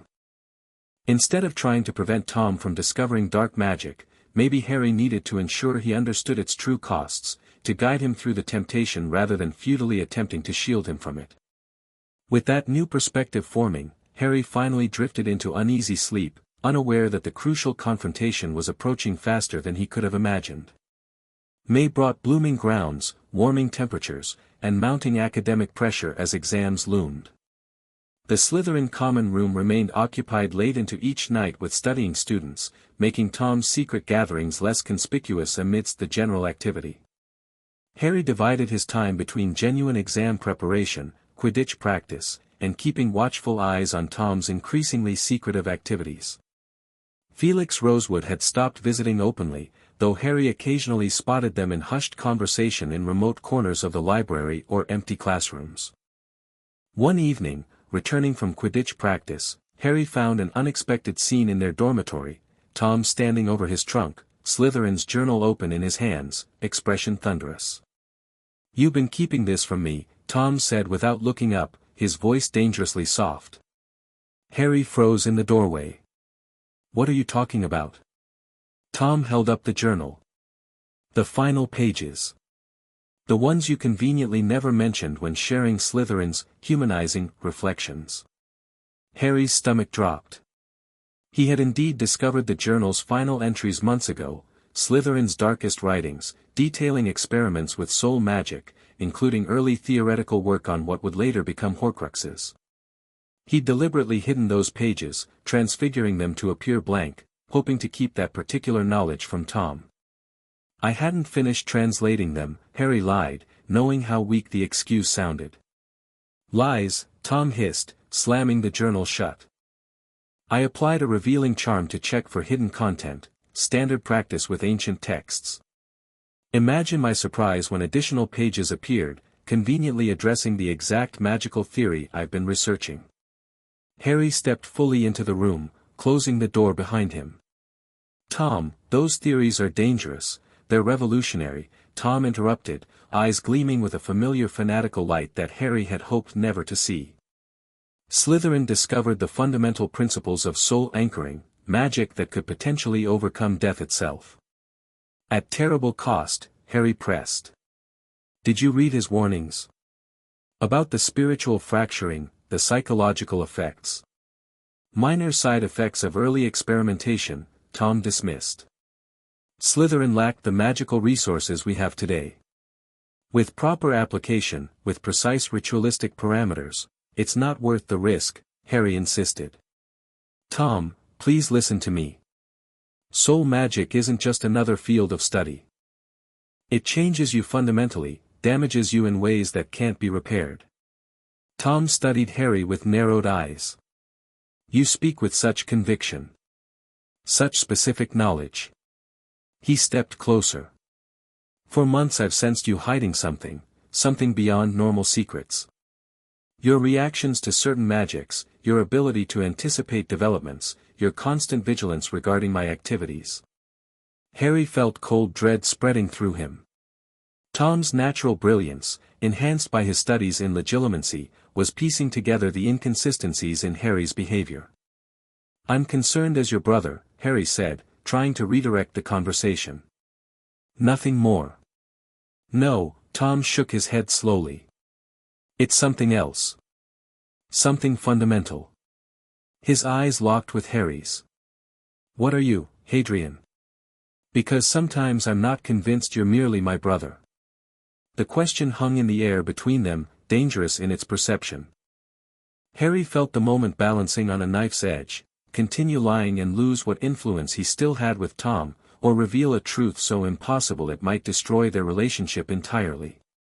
Before Harry could decide, Tom made a sudden movement, raising his wand and whispering, "Legilimens." The attack caught Harry off guard.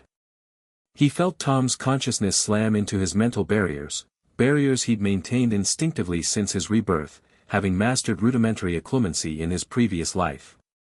But Tom's legilimency was surprisingly powerful, fueled by Slytherin's teachings and his own natural talent. Harry fought back, trying to expel Tom from his mind without revealing his deepest secrets. Images flashed between them, fragments of Harry's 2 lives, memories of Hogwarts both past and present, glimpses of Harry Potter facing Voldemort interspersed with Hadrian Riddle standing beside Tom. With a tremendous effort, Harry forced Tom out, staggering back against the door, panting. Tom stood frozen, his face ashen, wand still raised but hand trembling slightly. "What was that?" he whispered. "Those memories, they can't be real." "Tom," Harry began, not knowing how to explain. "I saw myself, but not myself. Older. Inhuman." Tom's voice shook with rare uncertainty. "I saw you, but not as you are now. Fighting against me." He stepped back, confusion and dawning horror in his eyes. "What are you?" The moment had come, the revelation Harry had both dreaded and perhaps subconsciously been moving toward since his rebirth. There was no more hiding, no more partial truths. "I'm your brother," Harry said firmly. "That's real. That's true. But I'm also someone else. Someone who lived another life, in another time." "Impossible," Tom breathed, though his expression suggested he was already connecting impossible dots into a coherent pattern. "I was born Harry Potter," Harry continued, the words feeling strange on his tongue after so many years. "I lived in a time decades from now. I faced a dark wizard, the most terrible dark wizard in history, and when I died confronting him, somehow my soul was sent back, reborn as your brother." Tom's analytical mind was visibly racing, processing this revelation against everything he knew about magic, about Harry, about their shared history. A reincarnation with intact memories? A time displacement of a soul? His eyes narrowed. "And this dark wizard I supposedly become, that's why you've been watching me, guiding me, trying to control my development." "Not control," Harry insisted. "Protect. Both you and everyone else." "How convenient," Tom said, his voice hardening as shock gave way to anger. "You appoint yourself my keeper based on crimes I haven't committed, might never commit." "I've seen what happens when you go down certain paths," Harry argued. "When you pursue soul magic, when you embrace Slytherin's darkest teachings, you've seen one possible future," Tom interrupted. "A future that may already be invalidated by your very presence here." His eyes flashed dangerously. "Did it ever occur to you that your interference might create precisely what you fear? That your distrust, your constant suspicion, your manipulations might push me toward this supposed destiny rather than away from it?" The accusation struck with painful accuracy.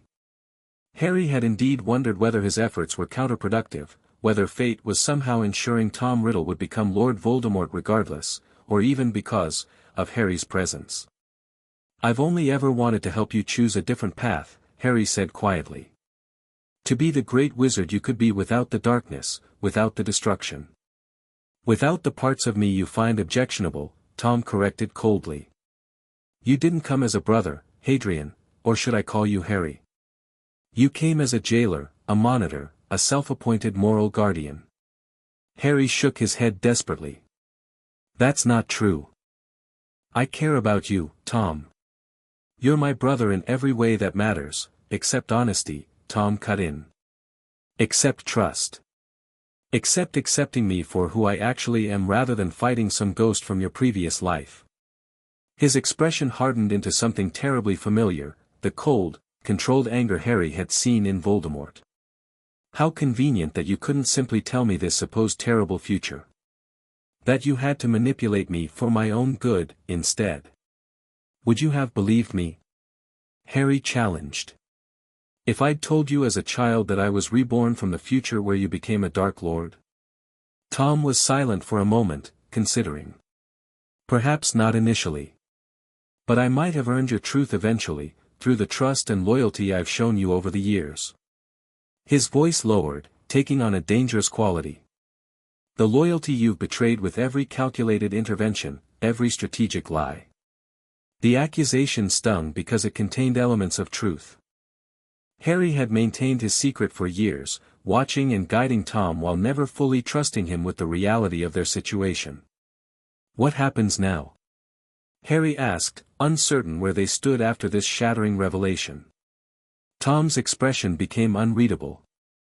Now I consider what this means. For me. For us. For this supposed destiny you've been fighting against. He tucked Slytherin's journal into his robes. I need time to think. Without another word, Tom left the dormitory, leaving Harry alone with the consequences of a truth 13 years in the revealing. For the next week, Tom maintained a cold distance, attending classes with perfect composure, participating in common room activities with his usual charismatic presence, but treating Harry as little more than a casual acquaintance. They spoke only when necessary, exchanged no confidences, shared no private conversations. The other Slytherins noticed the sudden rift between the brothers but knew better than to comment directly. Abraxas observed with calculating eyes, clearly wondering how this development might shift house dynamics.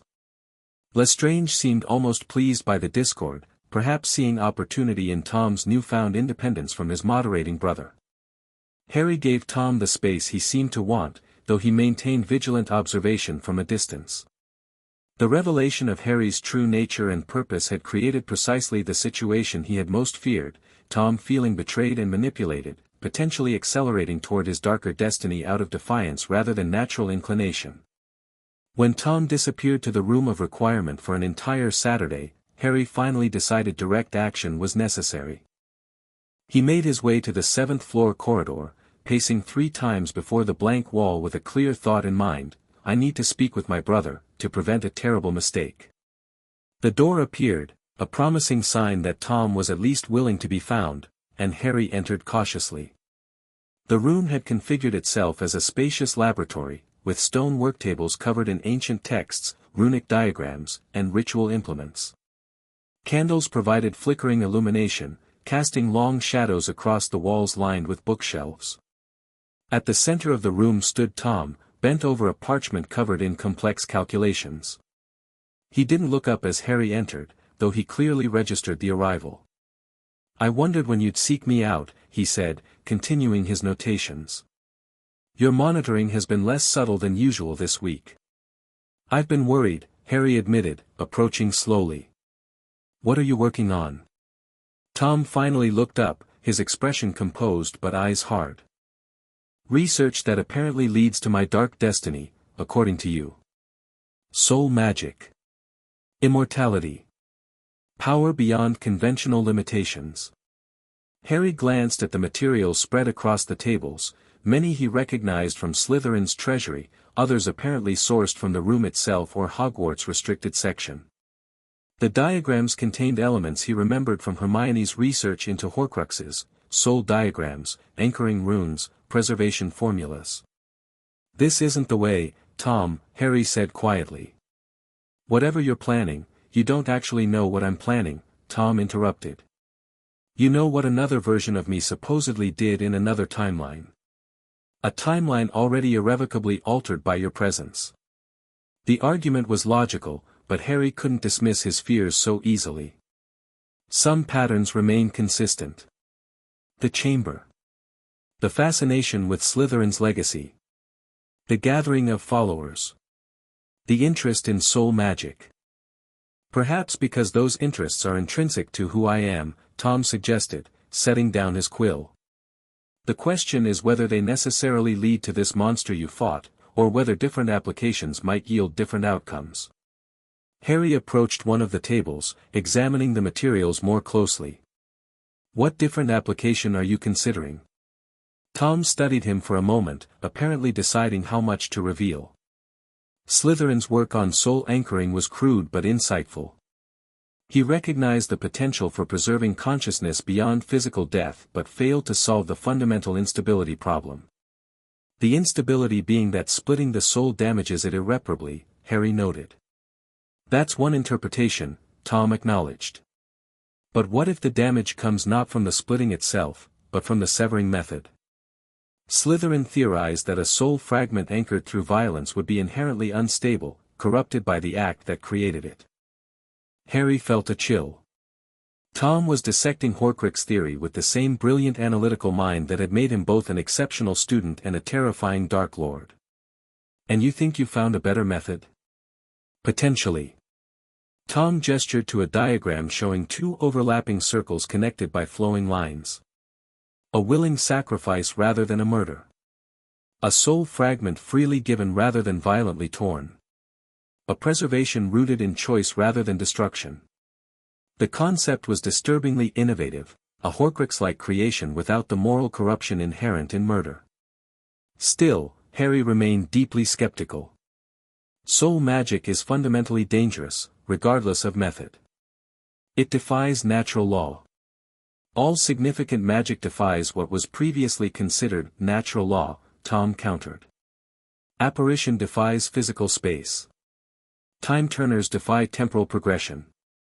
Extension charms defy dimensional limitations. His eyes gleamed with familiar intensity. Magic is about transcending limitations, Hadrian. Or Harry. Whichever you prefer now. Hadrian is fine, Harry said, the name having become natural over 13 years. And yes, magic transcends conventional limitations, but not without costs. Not without consequences. Tom nodded, surprising Harry with his agreement. Precisely my point. The original method, Horcruxes created through murder, as you called them, carried devastating consequences because they violated fundamental magical balance. But a consensual soul bond, a preservation created through willing sacrifice rather than violent taking. It's still dangerous, Harry insisted. Still fundamentally unnatural. As unnatural as a soul traveling backward through time to be reborn. Tom challenged, eyebrow raised. You exist as living proof that souls can transcend their natural boundaries without catastrophic consequences. The comparison caught Harry off guard.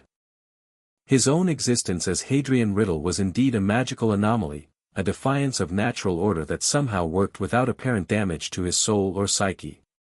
That was different, Harry argued. I didn't choose it.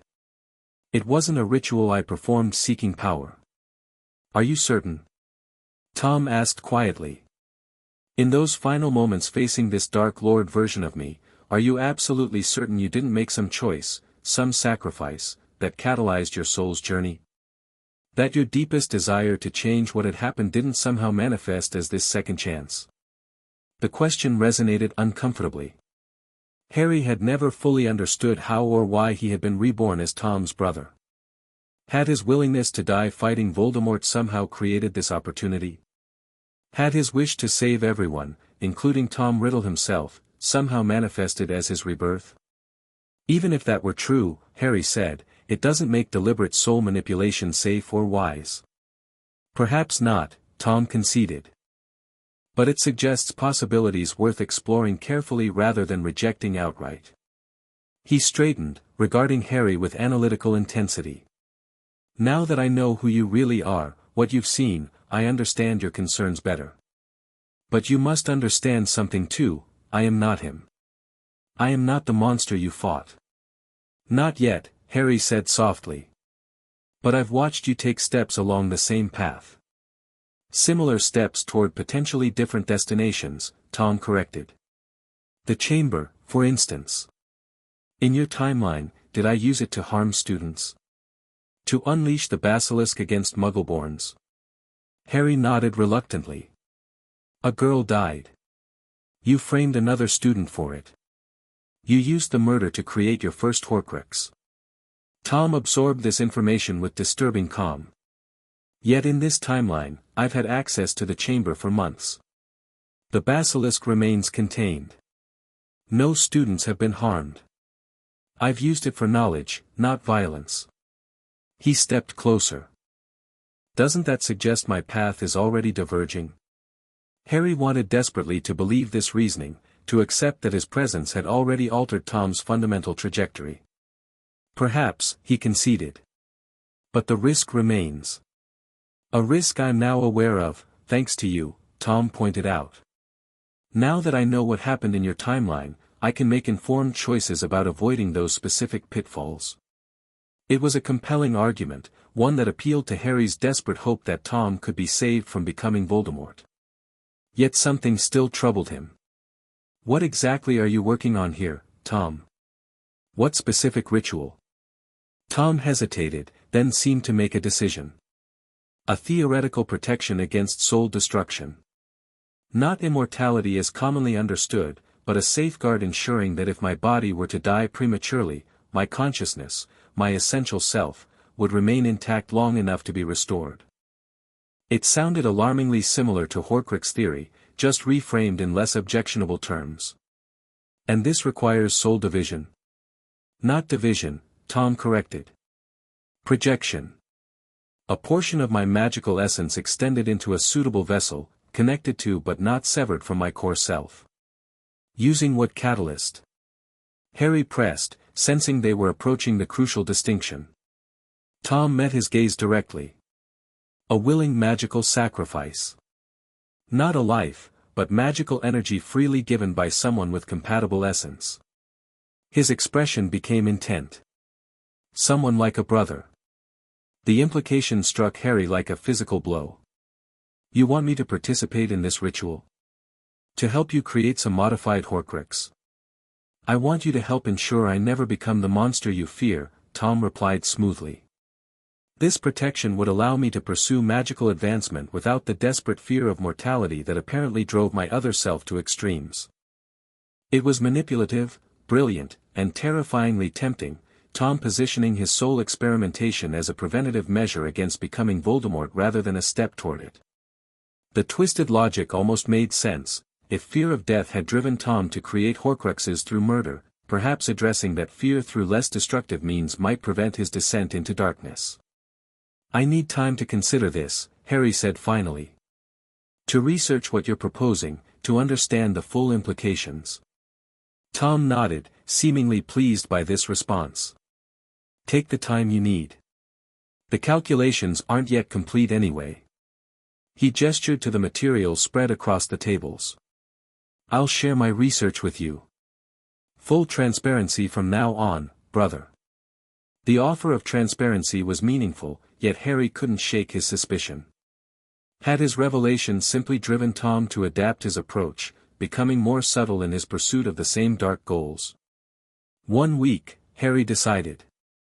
"Give me 1 week to review your work independently before we discuss this further." "Agreed," Tom said, gathering several scrolls and handing them to Harry.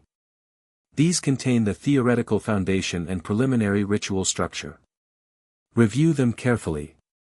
As Harry accepted the materials, Tom added casually, "I've also been reconsidering our summer plans. I still intend to visit Little Hangleton, to understand our mother's history, perhaps meet any remaining relatives." The statement sent a fresh wave of concern through Harry. In the original timeline, Tom's visit to Little Hangleton had resulted in the murder of his father and grandparents, the framing of his Uncle Morphin, and the creation of the Ring Horcrux. Even with his modified approach to soul magic, the encounter with their Muggle father presented a dangerous trigger point. "I'll come with you," Harry said quickly. "Whatever we discover there, we should face it together." Tom's expression softened slightly, the first genuine emotion he'd shown during their conversation. "I'd hoped you would say that. Despite everything, despite who you were before, you are my brother now. The only family I've ever known." The sincerity in Tom's voice tugged at Harry's heart, reminding him of the fundamental difference between this Tom and Voldemort. This Tom had grown up with love, with connection, with someone who genuinely cared about his welfare.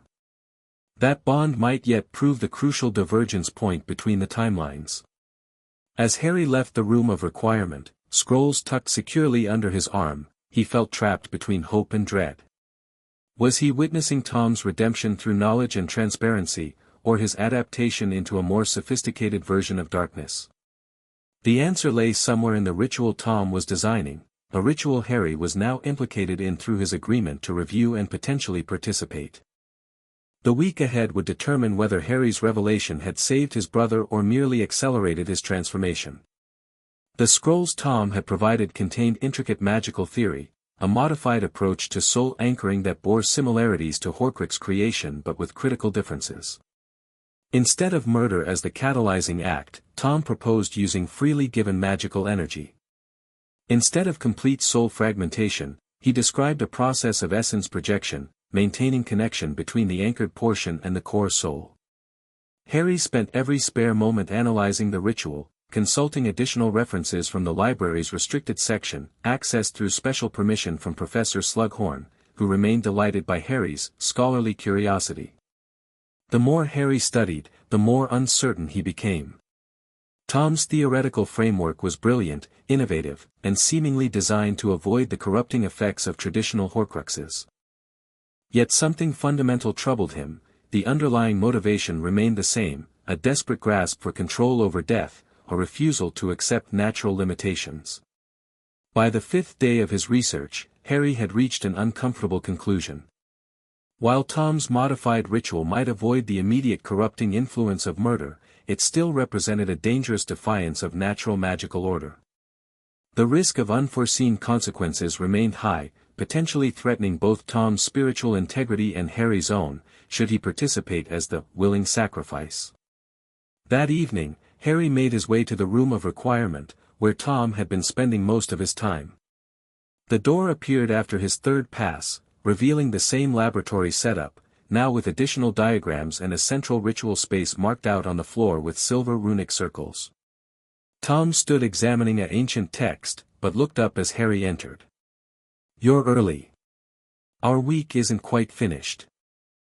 "I've reviewed enough to reach a conclusion," Harry replied, setting the scrolls on a nearby table.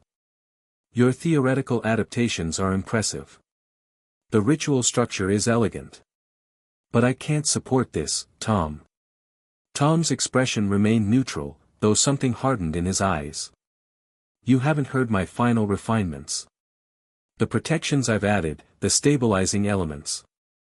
The fundamental problem isn't technical," Harry explained. "It's philosophical.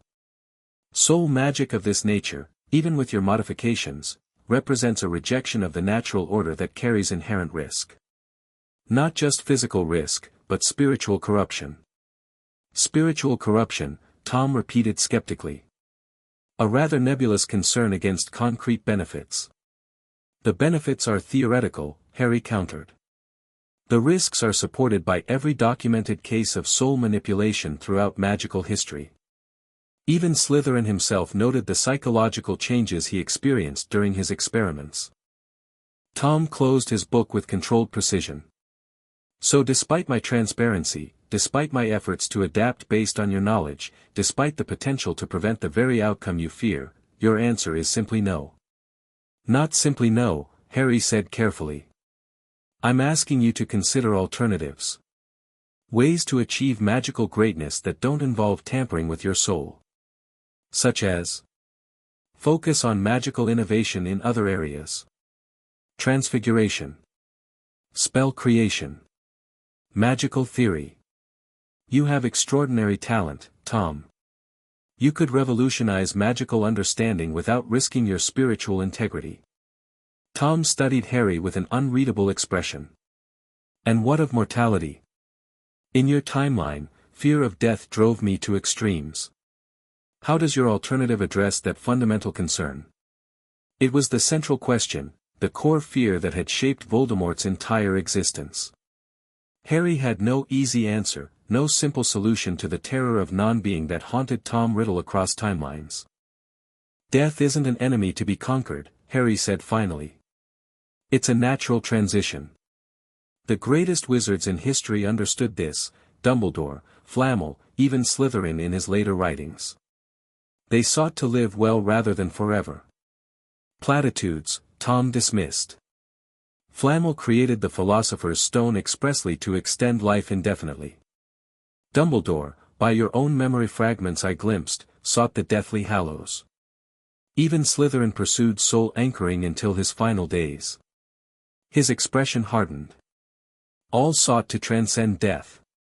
They simply failed where I might succeed. The familiar arrogance, the absolute conviction in his own exceptional nature, these were pure Tom Riddle, consistent across both timelines. Harry felt cold certainty settling in his stomach. Despite everything, despite 13 years of influence and the revelation of a terrible potential future, Tom's fundamental fear of death and determination to overcome it remained unchanged. "I won't help you with this ritual," Harry said firmly. "And I urge you to abandon it before you cause irreparable damage to yourself." Tom's expression cooled into something distant, evaluative. "I had hoped your knowledge of the future might make you more open to preventative measures, not less." He gestured to the ritual preparations around them. "This could be the very divergence point that prevents me from becoming the monster in your memories. Or it could be the first step down that same path, just dressed in more acceptable terminology," Harry countered. "Soul magic corrupted you before. It will again, regardless of the specific method." They stood at an impasse, brother facing brother across a philosophical divide that seemed increasingly unbridgeable. The silence stretched between them, heavy with implication. Finally, Tom spoke, his voice unnervingly calm. "Your decision is disappointing but not entirely unexpected. The Harry Potter in your memories would obviously reject such magic, regardless of its potential benefits." "This isn't about who I was," Harry insisted. "It's about what I know to be true from both lifetimes of experience." "Perhaps," Tom acknowledged with a slight incline of his head. "Regardless, I respect your decision not to participate. I won't force your involvement." The statement should have been reassuring, but something in Tom's tone sent alarm signals through Harry's mind. "Does that mean you're abandoning the ritual?" Tom smiled thinly. "It means I'll need to make appropriate adaptations. If not a brother's willing sacrifice, then perhaps another source of compatible magical essence." Horror dawned as Harry realized the implication. "Felix Rosewood. That's why you've been working with him, not for his runic expertise, but for his magical essence."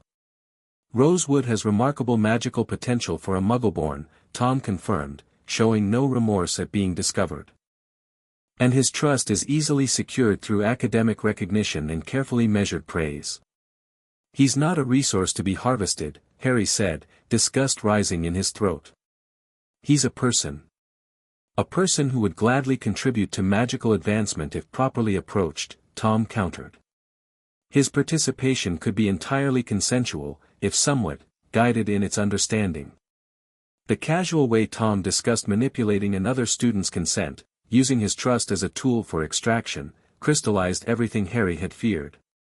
Despite the modified approach, despite the rationalized methods, Tom's fundamental disregard for others' autonomy remained intact. "I won't let you do this," Harry said quietly. "Not to Felix. Not to anyone." Tom's expression hardened. "You've made your position clear. Now I've made mine. The question becomes whether your opposition extends to active interference." It was a threat, thinly veiled but unmistakable. The brother Harry had grown up with, had loved and tried to guide for 13 years, was presenting him with an ultimatum: stand aside or become an obstacle. "Don't make me choose between you and doing what's right," Harry pleaded, making one final attempt to reach the brother he believed still existed beneath the ambition and fear. "I'm not making you choose," Tom replied coldly. "You've already chosen, Harry Potter. You chose the moment you decided your foreknowledge gave you the right to monitor and manipulate my development rather than trust me with the truth." The accusation struck deep, carrying painful elements of truth. Harry had indeed approached their brotherhood as a mission first, withholding critical information while attempting to guide Tom's path. "It's not too late to choose differently," Harry said, refusing to abandon hope even now. To walk away from soul magic entirely. To find another path to greatness. Tom studied him for a long moment, something almost regretful flickering across his features. "Perhaps in another lifetime." He raised his wand in a swift, fluid motion. "Petrificus totalis." Harry, caught off guard by the sudden attack from his own brother, felt his body lock rigid before he could react. He toppled backward, immobilized but fully conscious as Tom approached and stood over him. "I genuinely hoped for your participation, brother," Tom said, gazing down at Harry's frozen form. "Your magical essence would have been ideal, connected by blood, strengthened by whatever extraordinary magic brought your soul through time. Harry could only stare helplessly as Tom knelt beside him, expression contemplative. "I won't harm you," Tom continued, his voice almost gentle. "Despite your betrayal, despite your lack of faith in me, you remain my brother. The only person who has ever truly cared for me." He sighed softly. "Which makes your opposition all the more disappointing." With precise movements, Tom removed Harry's wand from his rigid hand and pocketed it. "You'll remain here until the ritual is complete. The room will provide food and water when you're released from the binding. By then, it will be too late for interference." Harry fought desperately against the body bind, managing only to communicate his opposition through his eyes, which remained mobile despite the spell. Tom met his gaze steadily. "I know you believe you're protecting me, Harry. Just as I believe I'm protecting myself, from the fate you've seen, from the monster you fear. We're both acting out of love, in our way."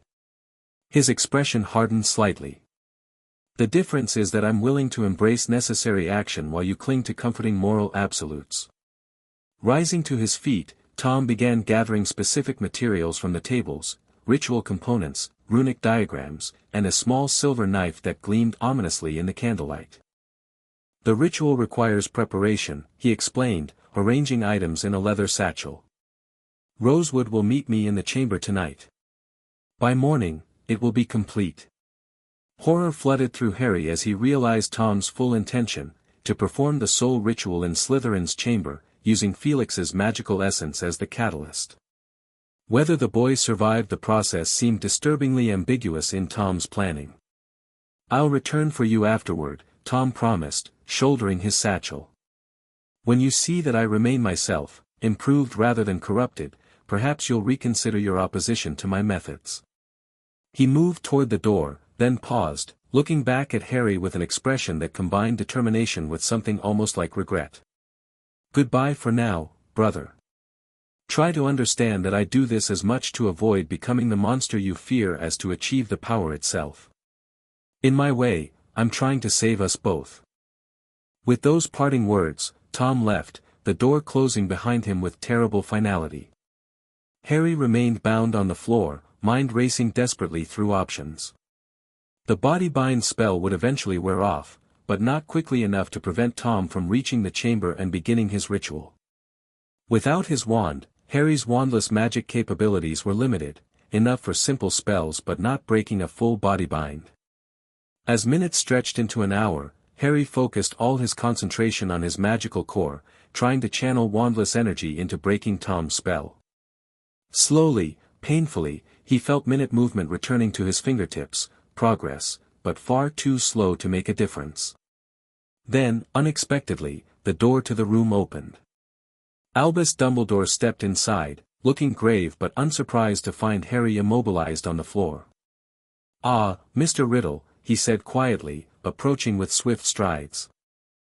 "I feared something of this nature when I noted both you and your brother missing from dinner, particularly given certain, concerning magical signatures I've been monitoring recently." With a precise flick of his wand, Dumbledore released Harry from the body bind. "I believe we have matters of some urgency to discuss." Harry scrambled to his feet, dizzy from the prolonged immobility but focused entirely on the crisis at hand. "Professor, Tom is planning a dangerous ritual in the Chamber of Secrets. We have to stop him before, the Chamber of Secrets." Dumbledore interrupted, eyebrows rising. "You know of its location?" "Second floor girls' bathroom," Harry explained rapidly. "The entrance is hidden in the sink, it requires Parseltongue to open. Tom discovered it months ago, but now he's planning to use it for soul magic, using another student as a sacrifice." Dumbledore's expression grew grave. "Soul magic? Are you referring to a Horcrux ritual?" The question confirmed what Harry had long suspected, that Dumbledore had extensive knowledge of dark magic, including Horcruxes, even in this era. "A modified version," Harry clarified. "He believes he's found a way to anchor his soul without murder, using freely given but manipulated magical essence instead." He moved toward the door. "Please, Professor, we need to hurry." Another student is in danger. Indeed, Dumbledore agreed, following swiftly. Though I confess I'm curious how you possess such detailed knowledge of both the chamber and these dark rituals, Mr. Riddle. The question hung in the air as they hurried through the corridors, descending staircases toward the second floor. Harry knew a moment of critical decision had arrived: continue hiding his true nature or reveal everything to Dumbledore, the one wizard who might truly understand his impossible situation. It's a long story, Professor, Harry said as they reached the second floor. One I should have shared with you long ago. But the short version is that I'm not who you think I am. I was born Harry Potter, in another time. I faced a dark wizard, a wizard Tom becomes in that timeline, and when I died, somehow my soul was sent back, reborn as his brother. Dumbledore's stride faltered momentarily, his piercing blue eyes studying Harry with new intensity. A temporally displaced soul. Extraordinary. Though it would explain certain anomalies I've observed in your magical signature over the years. You believe me? Harry asked, surprised by the lack of skepticism. I reserve final judgment, Dumbledore replied diplomatically. But I have lived long enough to know that magic contains mysteries beyond our current understanding. A soul traveling through time is merely one more wonder in an already wondrous world. His expression sharpened. And it would explain your consistent efforts to guide your brother away from darker tendencies. They reached the girls' bathroom, finding it mercifully empty at this late hour. Harry approached the sink with its small snake engraving, focusing on the serpentine image. Open, he hissed in Parseltongue, causing Dumbledore to watch with fascinated concern as the sink receded, revealing the dark pipe beyond. Most remarkable, the professor murmured. Slytherin's legendary chamber, hidden all these centuries in plain sight. Tom and Felix are down there, Harry reminded him urgently. The ritual will require preparation time, Dumbledore assured him. Soul magic of any variety demands extensive setup, runes, positioning, incantations. We have a window of opportunity, though I suggest we proceed with utmost caution. Harry nodded, trying to control his racing heart as he prepared to face his brother in a confrontation that felt disturbingly familiar: Harry Potter versus Tom Riddle in the Chamber of Secrets, with an innocent life hanging in the balance. I'll go first, Harry said, moving toward the pipe. A moment, Mr. Riddle, or perhaps Mr. Potter is more appropriate. Dumbledore withdrew a wand from his robes, Harry's wand, retrieved through some means Harry didn't question. I believe you'll need this. Taking his wand with gratitude, Harry felt the familiar warmth spreading through his fingers. Thank you, Professor. Lead on, Dumbledore instructed. Though I suspect we may both require all our considerable abilities before this night concludes. Harry slid into the pipe, descending into darkness with Dumbledore following behind. The journey felt both familiar and strange, the same twisting passage he remembered from his second year, yet undertaken with different purpose, different companionship. They landed in the bone-littered antechamber and proceeded quickly through the stone tunnel toward the ornate door with its serpentine locks. Harry opened it with another Parseltongue command, heart pounding as the massive portal swung inward. The Chamber of Secrets lay before them, dramatically transformed from its usual state. Hundreds of candles floated in the air, casting flickering light across the vast space. The central floor had been inscribed with an enormous ritual circle, complex runes gleaming with silver luminescence along its circumference. At the circle's center knelt Felix Rosewood, looking dazed but conscious, while Tom stood nearby, carefully arranging crystalline vessels in a precise pattern. Both looked up as Harry and Dumbledore entered, their expressions displaying stark contrast, Felix's confusion giving way to relief, Tom's concentration hardening into cold anger. Hadrian, Tom acknowledged, deliberately using Harry's current name. I see you've brought reinforcements. How disappointing. Step away from Mr. Rosewood, Tom, Dumbledore said calmly, his wand held casually but ready. Whatever you're attempting here must end now. Tom smiled thinly. Professor Dumbledore. Always intervening where you're not wanted. Though I suppose my brother's revelations have finally given you the excuse you've been seeking to move against me directly. Harry approached the edge of the ritual circle, careful not to cross its boundary. Tom, please. This isn't the way. Whatever you're trying to prevent, this will only bring it closer. You don't know that, Tom countered, his voice hardening. You're operating on assumptions based on a different version of me, in different circumstances, making different choices. Felix looked between them, confusion evident on his face. Riddle? What's happening?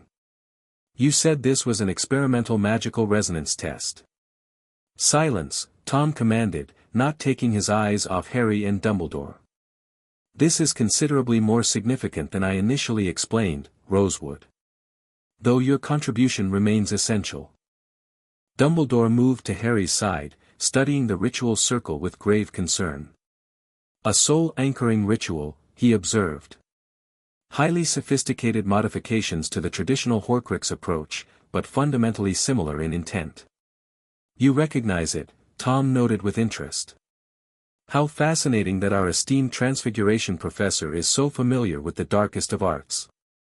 I make it my business to understand all magic, Dumbledore replied evenly.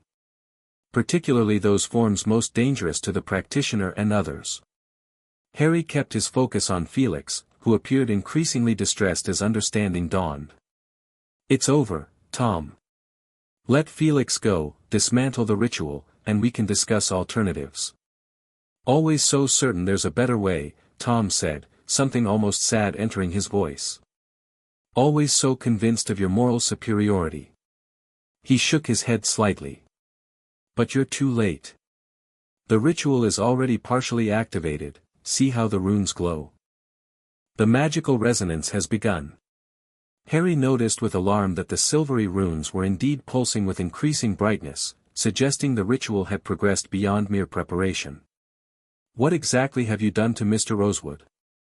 Dumbledore asked, his tone sharpening. Nothing harmful, Tom insisted. A mild compulsion to ensure cooperation, a magical binding to align his essence with the ritual parameters. He's been prepared as the vessel for the energy exchange, willingly, if not fully informed. That's not consent, Harry said firmly. You've manipulated him, just like, he stopped himself from completing the comparison to Voldemort's methods. Just like the monster you believe I'll become. Tom finished for him. The irony, brother, is that your lack of faith helps create what you fear. His expression hardened. Had you trusted me, had you shared your knowledge freely instead of manipulating from the shadows, perhaps we might have found another path together. The accusation contained enough truth to sting, but Harry refused to accept it entirely. I've made mistakes, he acknowledged. Keeping secrets was wrong.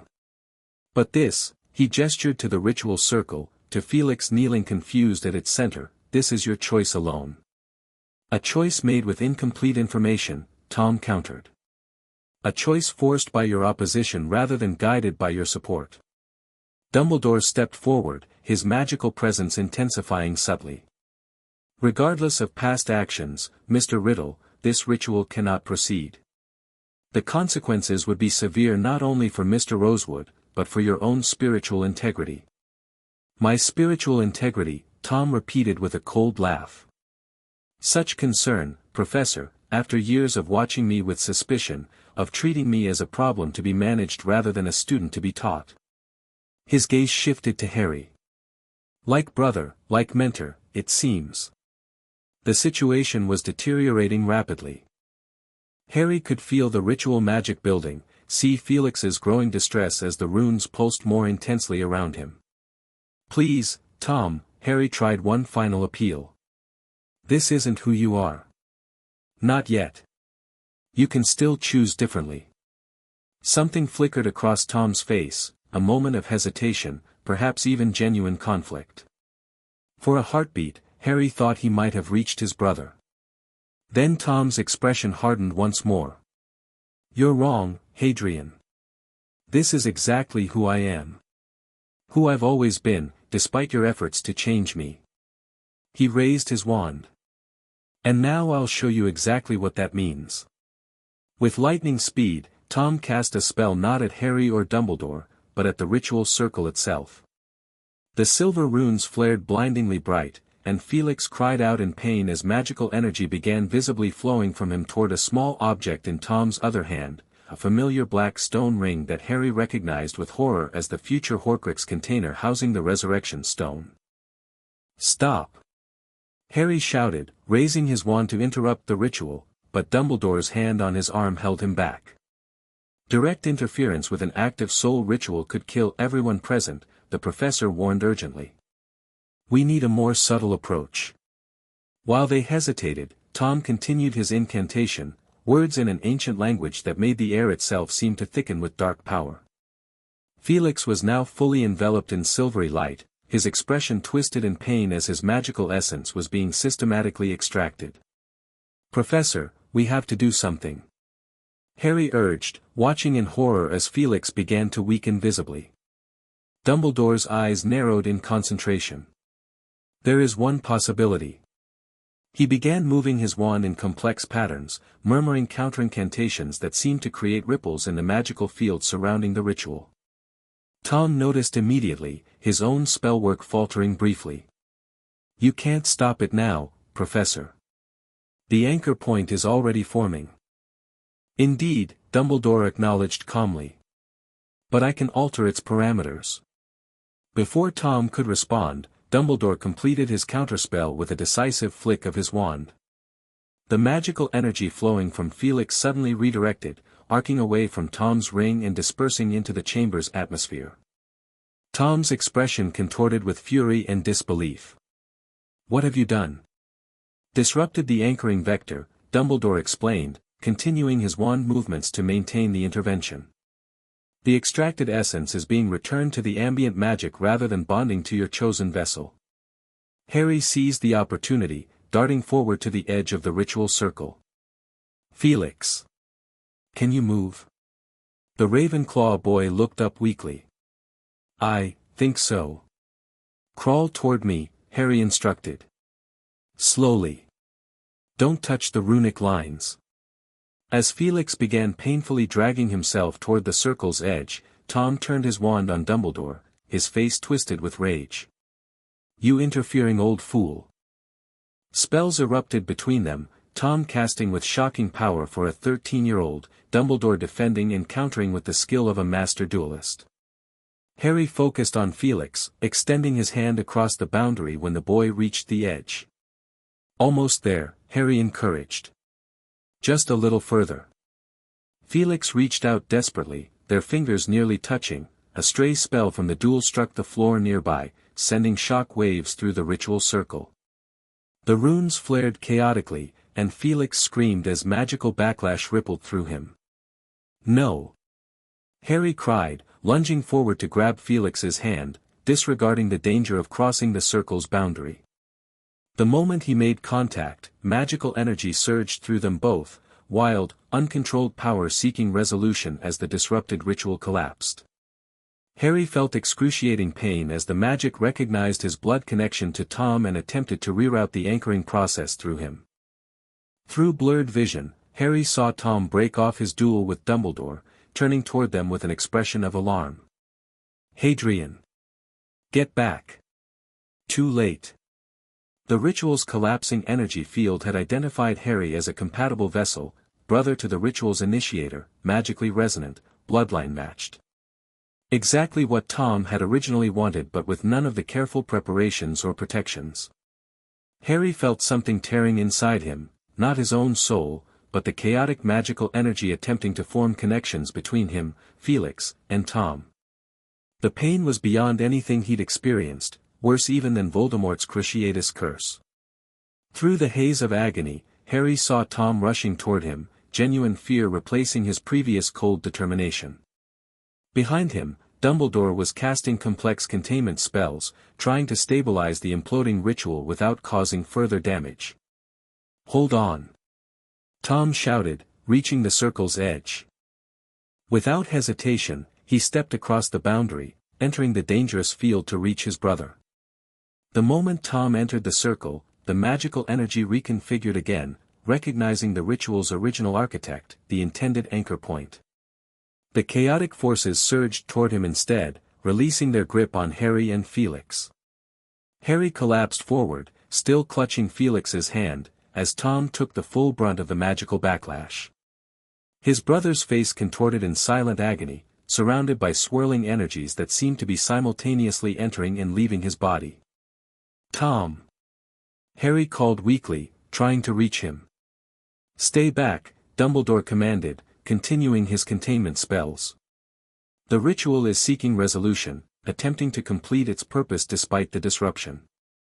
Harry watched in horror as Tom fell to his knees, surrounded by magical energy that seemed to be physically manifesting his internal struggle, darkness and light battling within and around him as the soul ritual sought completion.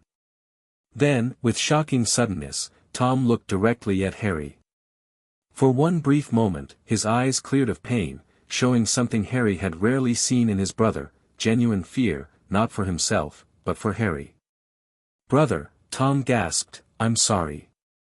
Before Harry could respond, Tom thrust his hands outward toward the ring he had dropped. The swirling magical energy followed the direction of his will, condensing rapidly into the small black stone. There was a blinding flash, a concussive wave of power, and then silence. The ritual circle went dark. The runes faded. The oppressive magical presence dissipated. In the sudden stillness, Harry dragged himself forward to where Tom lay motionless on the chamber floor, the ring a few inches from his outstretched hand. "Tom." Harry reached his brother, gently turning him over.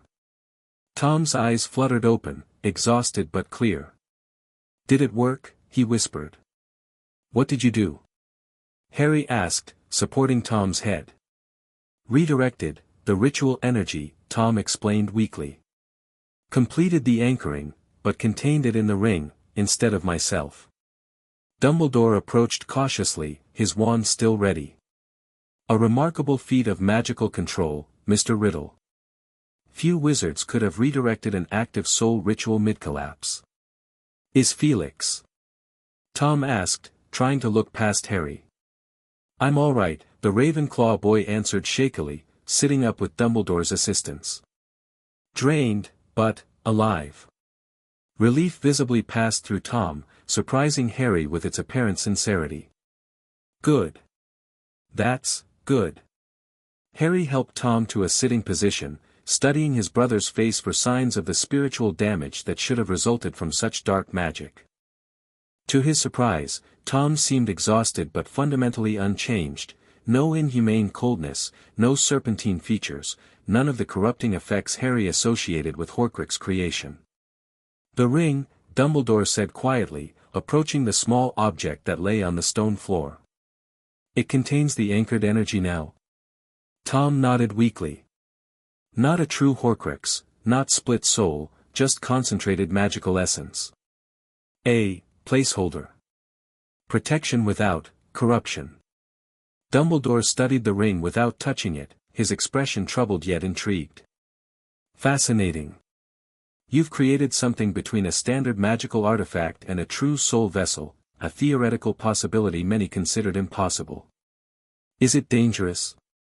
Harry asked, still supporting his brother. "All powerful magical objects carry risk," Dumbledore replied carefully. "But it appears Mr. Riddle has indeed achieved something unexpected. The ritual completed, but in a fundamentally altered form." Tom leaned heavily against Harry, his usual composure stripped away by magical exhaustion. "I told you, there were alternatives. Different paths, to similar goals." Harry wasn't sure what to think. The ritual had clearly succeeded in creating some form of magical anchor, not the corrupting Horcrux he had feared, but something novel, something between light and dark magic. "We should get you both to the hospital wing," Harry said, looking between Tom and Felix. "Professor, can you help Felix?" "I've got Tom." Dumbledore nodded, helping the Ravenclaw boy to his feet while Harry supported his brother. Before they could move toward the exit, however, Tom reached weakly for the ring. "Leave it," Dumbledore advised sharply. "Such objects require careful examination before handling." It's mine, Tom insisted, his voice strengthening slightly. My creation. My protection. Harry hesitated, torn between concern for the ring's potential darkness and recognition of Tom's legitimate claim to his own magical creation. Let me, Harry decided, carefully picking up the ring while supporting Tom with his other arm. The object felt warm but not malevolent, powerful but not corrupted in the way he remembered Voldemort's Horcruxes feeling. He placed it in Tom's palm, watching carefully as his brother closed his fingers around it with evident relief. Thank you, Tom murmured. As they made their slow way back through the chamber toward the exit, Harry found himself in a state of profound uncertainty. The night's events had demonstrated both the worst and best of his brother, the manipulative darkness willing to use others for his own purposes, but also the genuine concern that had led him to risk himself to save Harry and redirect the ritual's destructive potential. Was this the divergence point Harry had been hoping for? The moment when Tom Riddle's path definitively separated from Lord Voldemort's? Or was it merely a more sophisticated version of the same fundamental darkness, adapted to present circumstances? Harry couldn't be certain, but as they emerged from the chamber with Dumbledore's assistance, one thing became clear: his revelation had changed things irreversibly. Tom now knew the truth about Harry's origins, about the potential future, about the monster he might become. That knowledge itself represented a fundamental divergence from the original timeline, for better or worse. What happens now? Harry asked quietly as they made their way through the deserted corridors toward the hospital wing. Now, Dumbledore replied, supporting the weakened Felix, we face consequences and make choices, as we all must following moments of crisis. Tom's gaze met Harry's, something unreadable passing between them, acknowledgement of shared experience, of secrets revealed, of trust both broken and perhaps, in some strange way, rebuilt on more honest foundations. Now, Tom murmured, we write a different history, brother. Together. Whether that new history would lead toward light or darkness remained to be seen. But as they reached the hospital wing, Harry allowed himself a small hope that perhaps, against all odds, he had succeeded in his impossible mission, not preventing Tom from seeking power, but changing how he defined and pursued it. Only time would tell if that difference was enough to prevent Lord Voldemort's rise, or if some destinies were truly inescapable, regardless of love, influence, or foreknowledge. Epilogue. 5 years later, Platform 9 3/4 bustled with activity as families bid farewell to students departing for another year at Hogwarts. Among them stood 2 young men whose presence drew curious glances and respectful nods from passing wizards and witches. Tom Riddle, now 18 and recently graduated with the highest Newt scores in a century, cut an impressive figure in tailored robes of deep green. Beside him, Hadrian Riddle prepared to board the train for his final year, having delayed his 7th year to recover from injuries sustained during Grindelwald's attack on Hogsmeade the previous spring. The minister's offer remains open, Tom said, handing Hadrian his trunk. A position in the Department of Mysteries would suit your talents perfectly. Hadrian smiled, the lightning bolt scar on his forehead, legacy of that battle with Grindelwald's followers, catching the morning light. After graduation, perhaps. I'd like to complete my education properly this time. This time, Tom repeated with a small smile, the private joke meaningful only to them. Their relationship had evolved over the 5 years since the chamber incident, more honest but more complex, built on shared knowledge of what had been and what might have been. Dumbledore had kept their secrets, though his watchful guidance had intensified, particularly regarding Tom's continued exploration of novel magical theory. The ring remained on Tom's finger, its black stone occasionally catching the light with unnatural gleam, not a Horcrux in the traditional sense, but something uniquely his own. A magical anchor that had indeed protected him during the Grindelwald conflict without the corrupting influence Harry had feared. Professor Slughorn mentioned you'll be guest lecturing in advanced potions this term, Hadrian noted. Missing Hogwarts already? Maintaining useful connections, Tom corrected, though his expression softened slightly. And perhaps ensuring certain historical events remain properly diverted. They both knew he meant the chamber, sealed again after that night, the basilisk placed in an enchanted sleep by Tom himself in a gesture that had somewhat eased Dumbledore's concerns about his intentions. A whistle sounded, signaling the train's imminent departure. "You should board," Tom said, his usual commanding tone softened by genuine concern. "Write if you need anything. The flat in London is prepared whenever you visit." Hadrian nodded, then impulsively embraced his brother, something that would have been unthinkable in their earlier years but had become occasional practice since the battle. Tom returned the embrace briefly before stepping back, his composure quickly restored. "Be careful," Hadrian said quietly. "The ministry position gives you influence, but also visibility. Certain parties will be watching for signs of the monster I might become." Tom finished with a raised eyebrow. "I'm well aware, brother. The future you remember serves as both warning and guide, a path to avoid while learning from its mistakes." It was as close as Tom ever came to directly acknowledging how Harry's revelations had shaped his development, providing both caution against specific dark paths and inspiration for more sophisticated approaches to power. He had indeed achieved significant political influence already, his natural charisma and exceptional magical talent earning him rapid advancement within the ministry despite his youth. Whether that influence would ultimately serve light or darkness remained ambiguous. Tom's ambition hadn't diminished, merely redirected. He advocated for magical education reform, for greater protections of wizarding traditions, for stronger international magical cooperation. His followers now wore ministry badges rather than Death Eater masks, but they were followers nonetheless. The final whistle blew. Hadrian boarded the train, finding a window seat as the platform began to slide away. Tom remained standing alone, a solitary figure among departing families, watching his brother with that same unreadable expression he had perfected over the years. As the train gathered speed, Hadrian reflected on the question that had driven his existence in this second life: could Tom Riddle be saved from becoming Lord Voldemort? The answer remained complex, uncertain. Tom had avoided the specific path to darkness Harry remembered: the murder of his father, the Horcruxes created through violence, the terrorizing of the wizarding world under Voldemort's name. Yet his fundamental nature, ambitious, controlling, exceptional, and unwilling to accept conventional limitations, remained unchanged. Perhaps the best answer was that Tom Riddle had become something else entirely, neither the innocent Harry had hoped to preserve nor the monster he had feared would emerge. Something uniquely shaped by the extraordinary circumstances of having a brother who knew what he might become and fought to change that destiny. As the platform disappeared from view, Hadrian turned from the window, touching the lightning scar that in this lifetime represented not a connection to a Dark Lord, but a battle fought alongside his brother against a common enemy. Different choices, different circumstances, different scars, yet some patterns remained hauntingly familiar. The Hogwarts Express carried him away from London, toward a school year that would complete his education in this second, strange lifetime.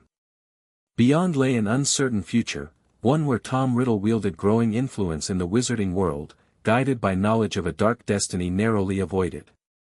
Whether that influence would ultimately prove salvation or merely a more sophisticated form of darkness, only time would tell. But Harry Potter, living as Hadrian Riddle, had done what once seemed impossible: he had changed history, altered destiny, and perhaps saved his brother's soul. For now, that would have to be enough. The end. Thank you for watching this video. Please be sure to subscribe to our channel and like this video.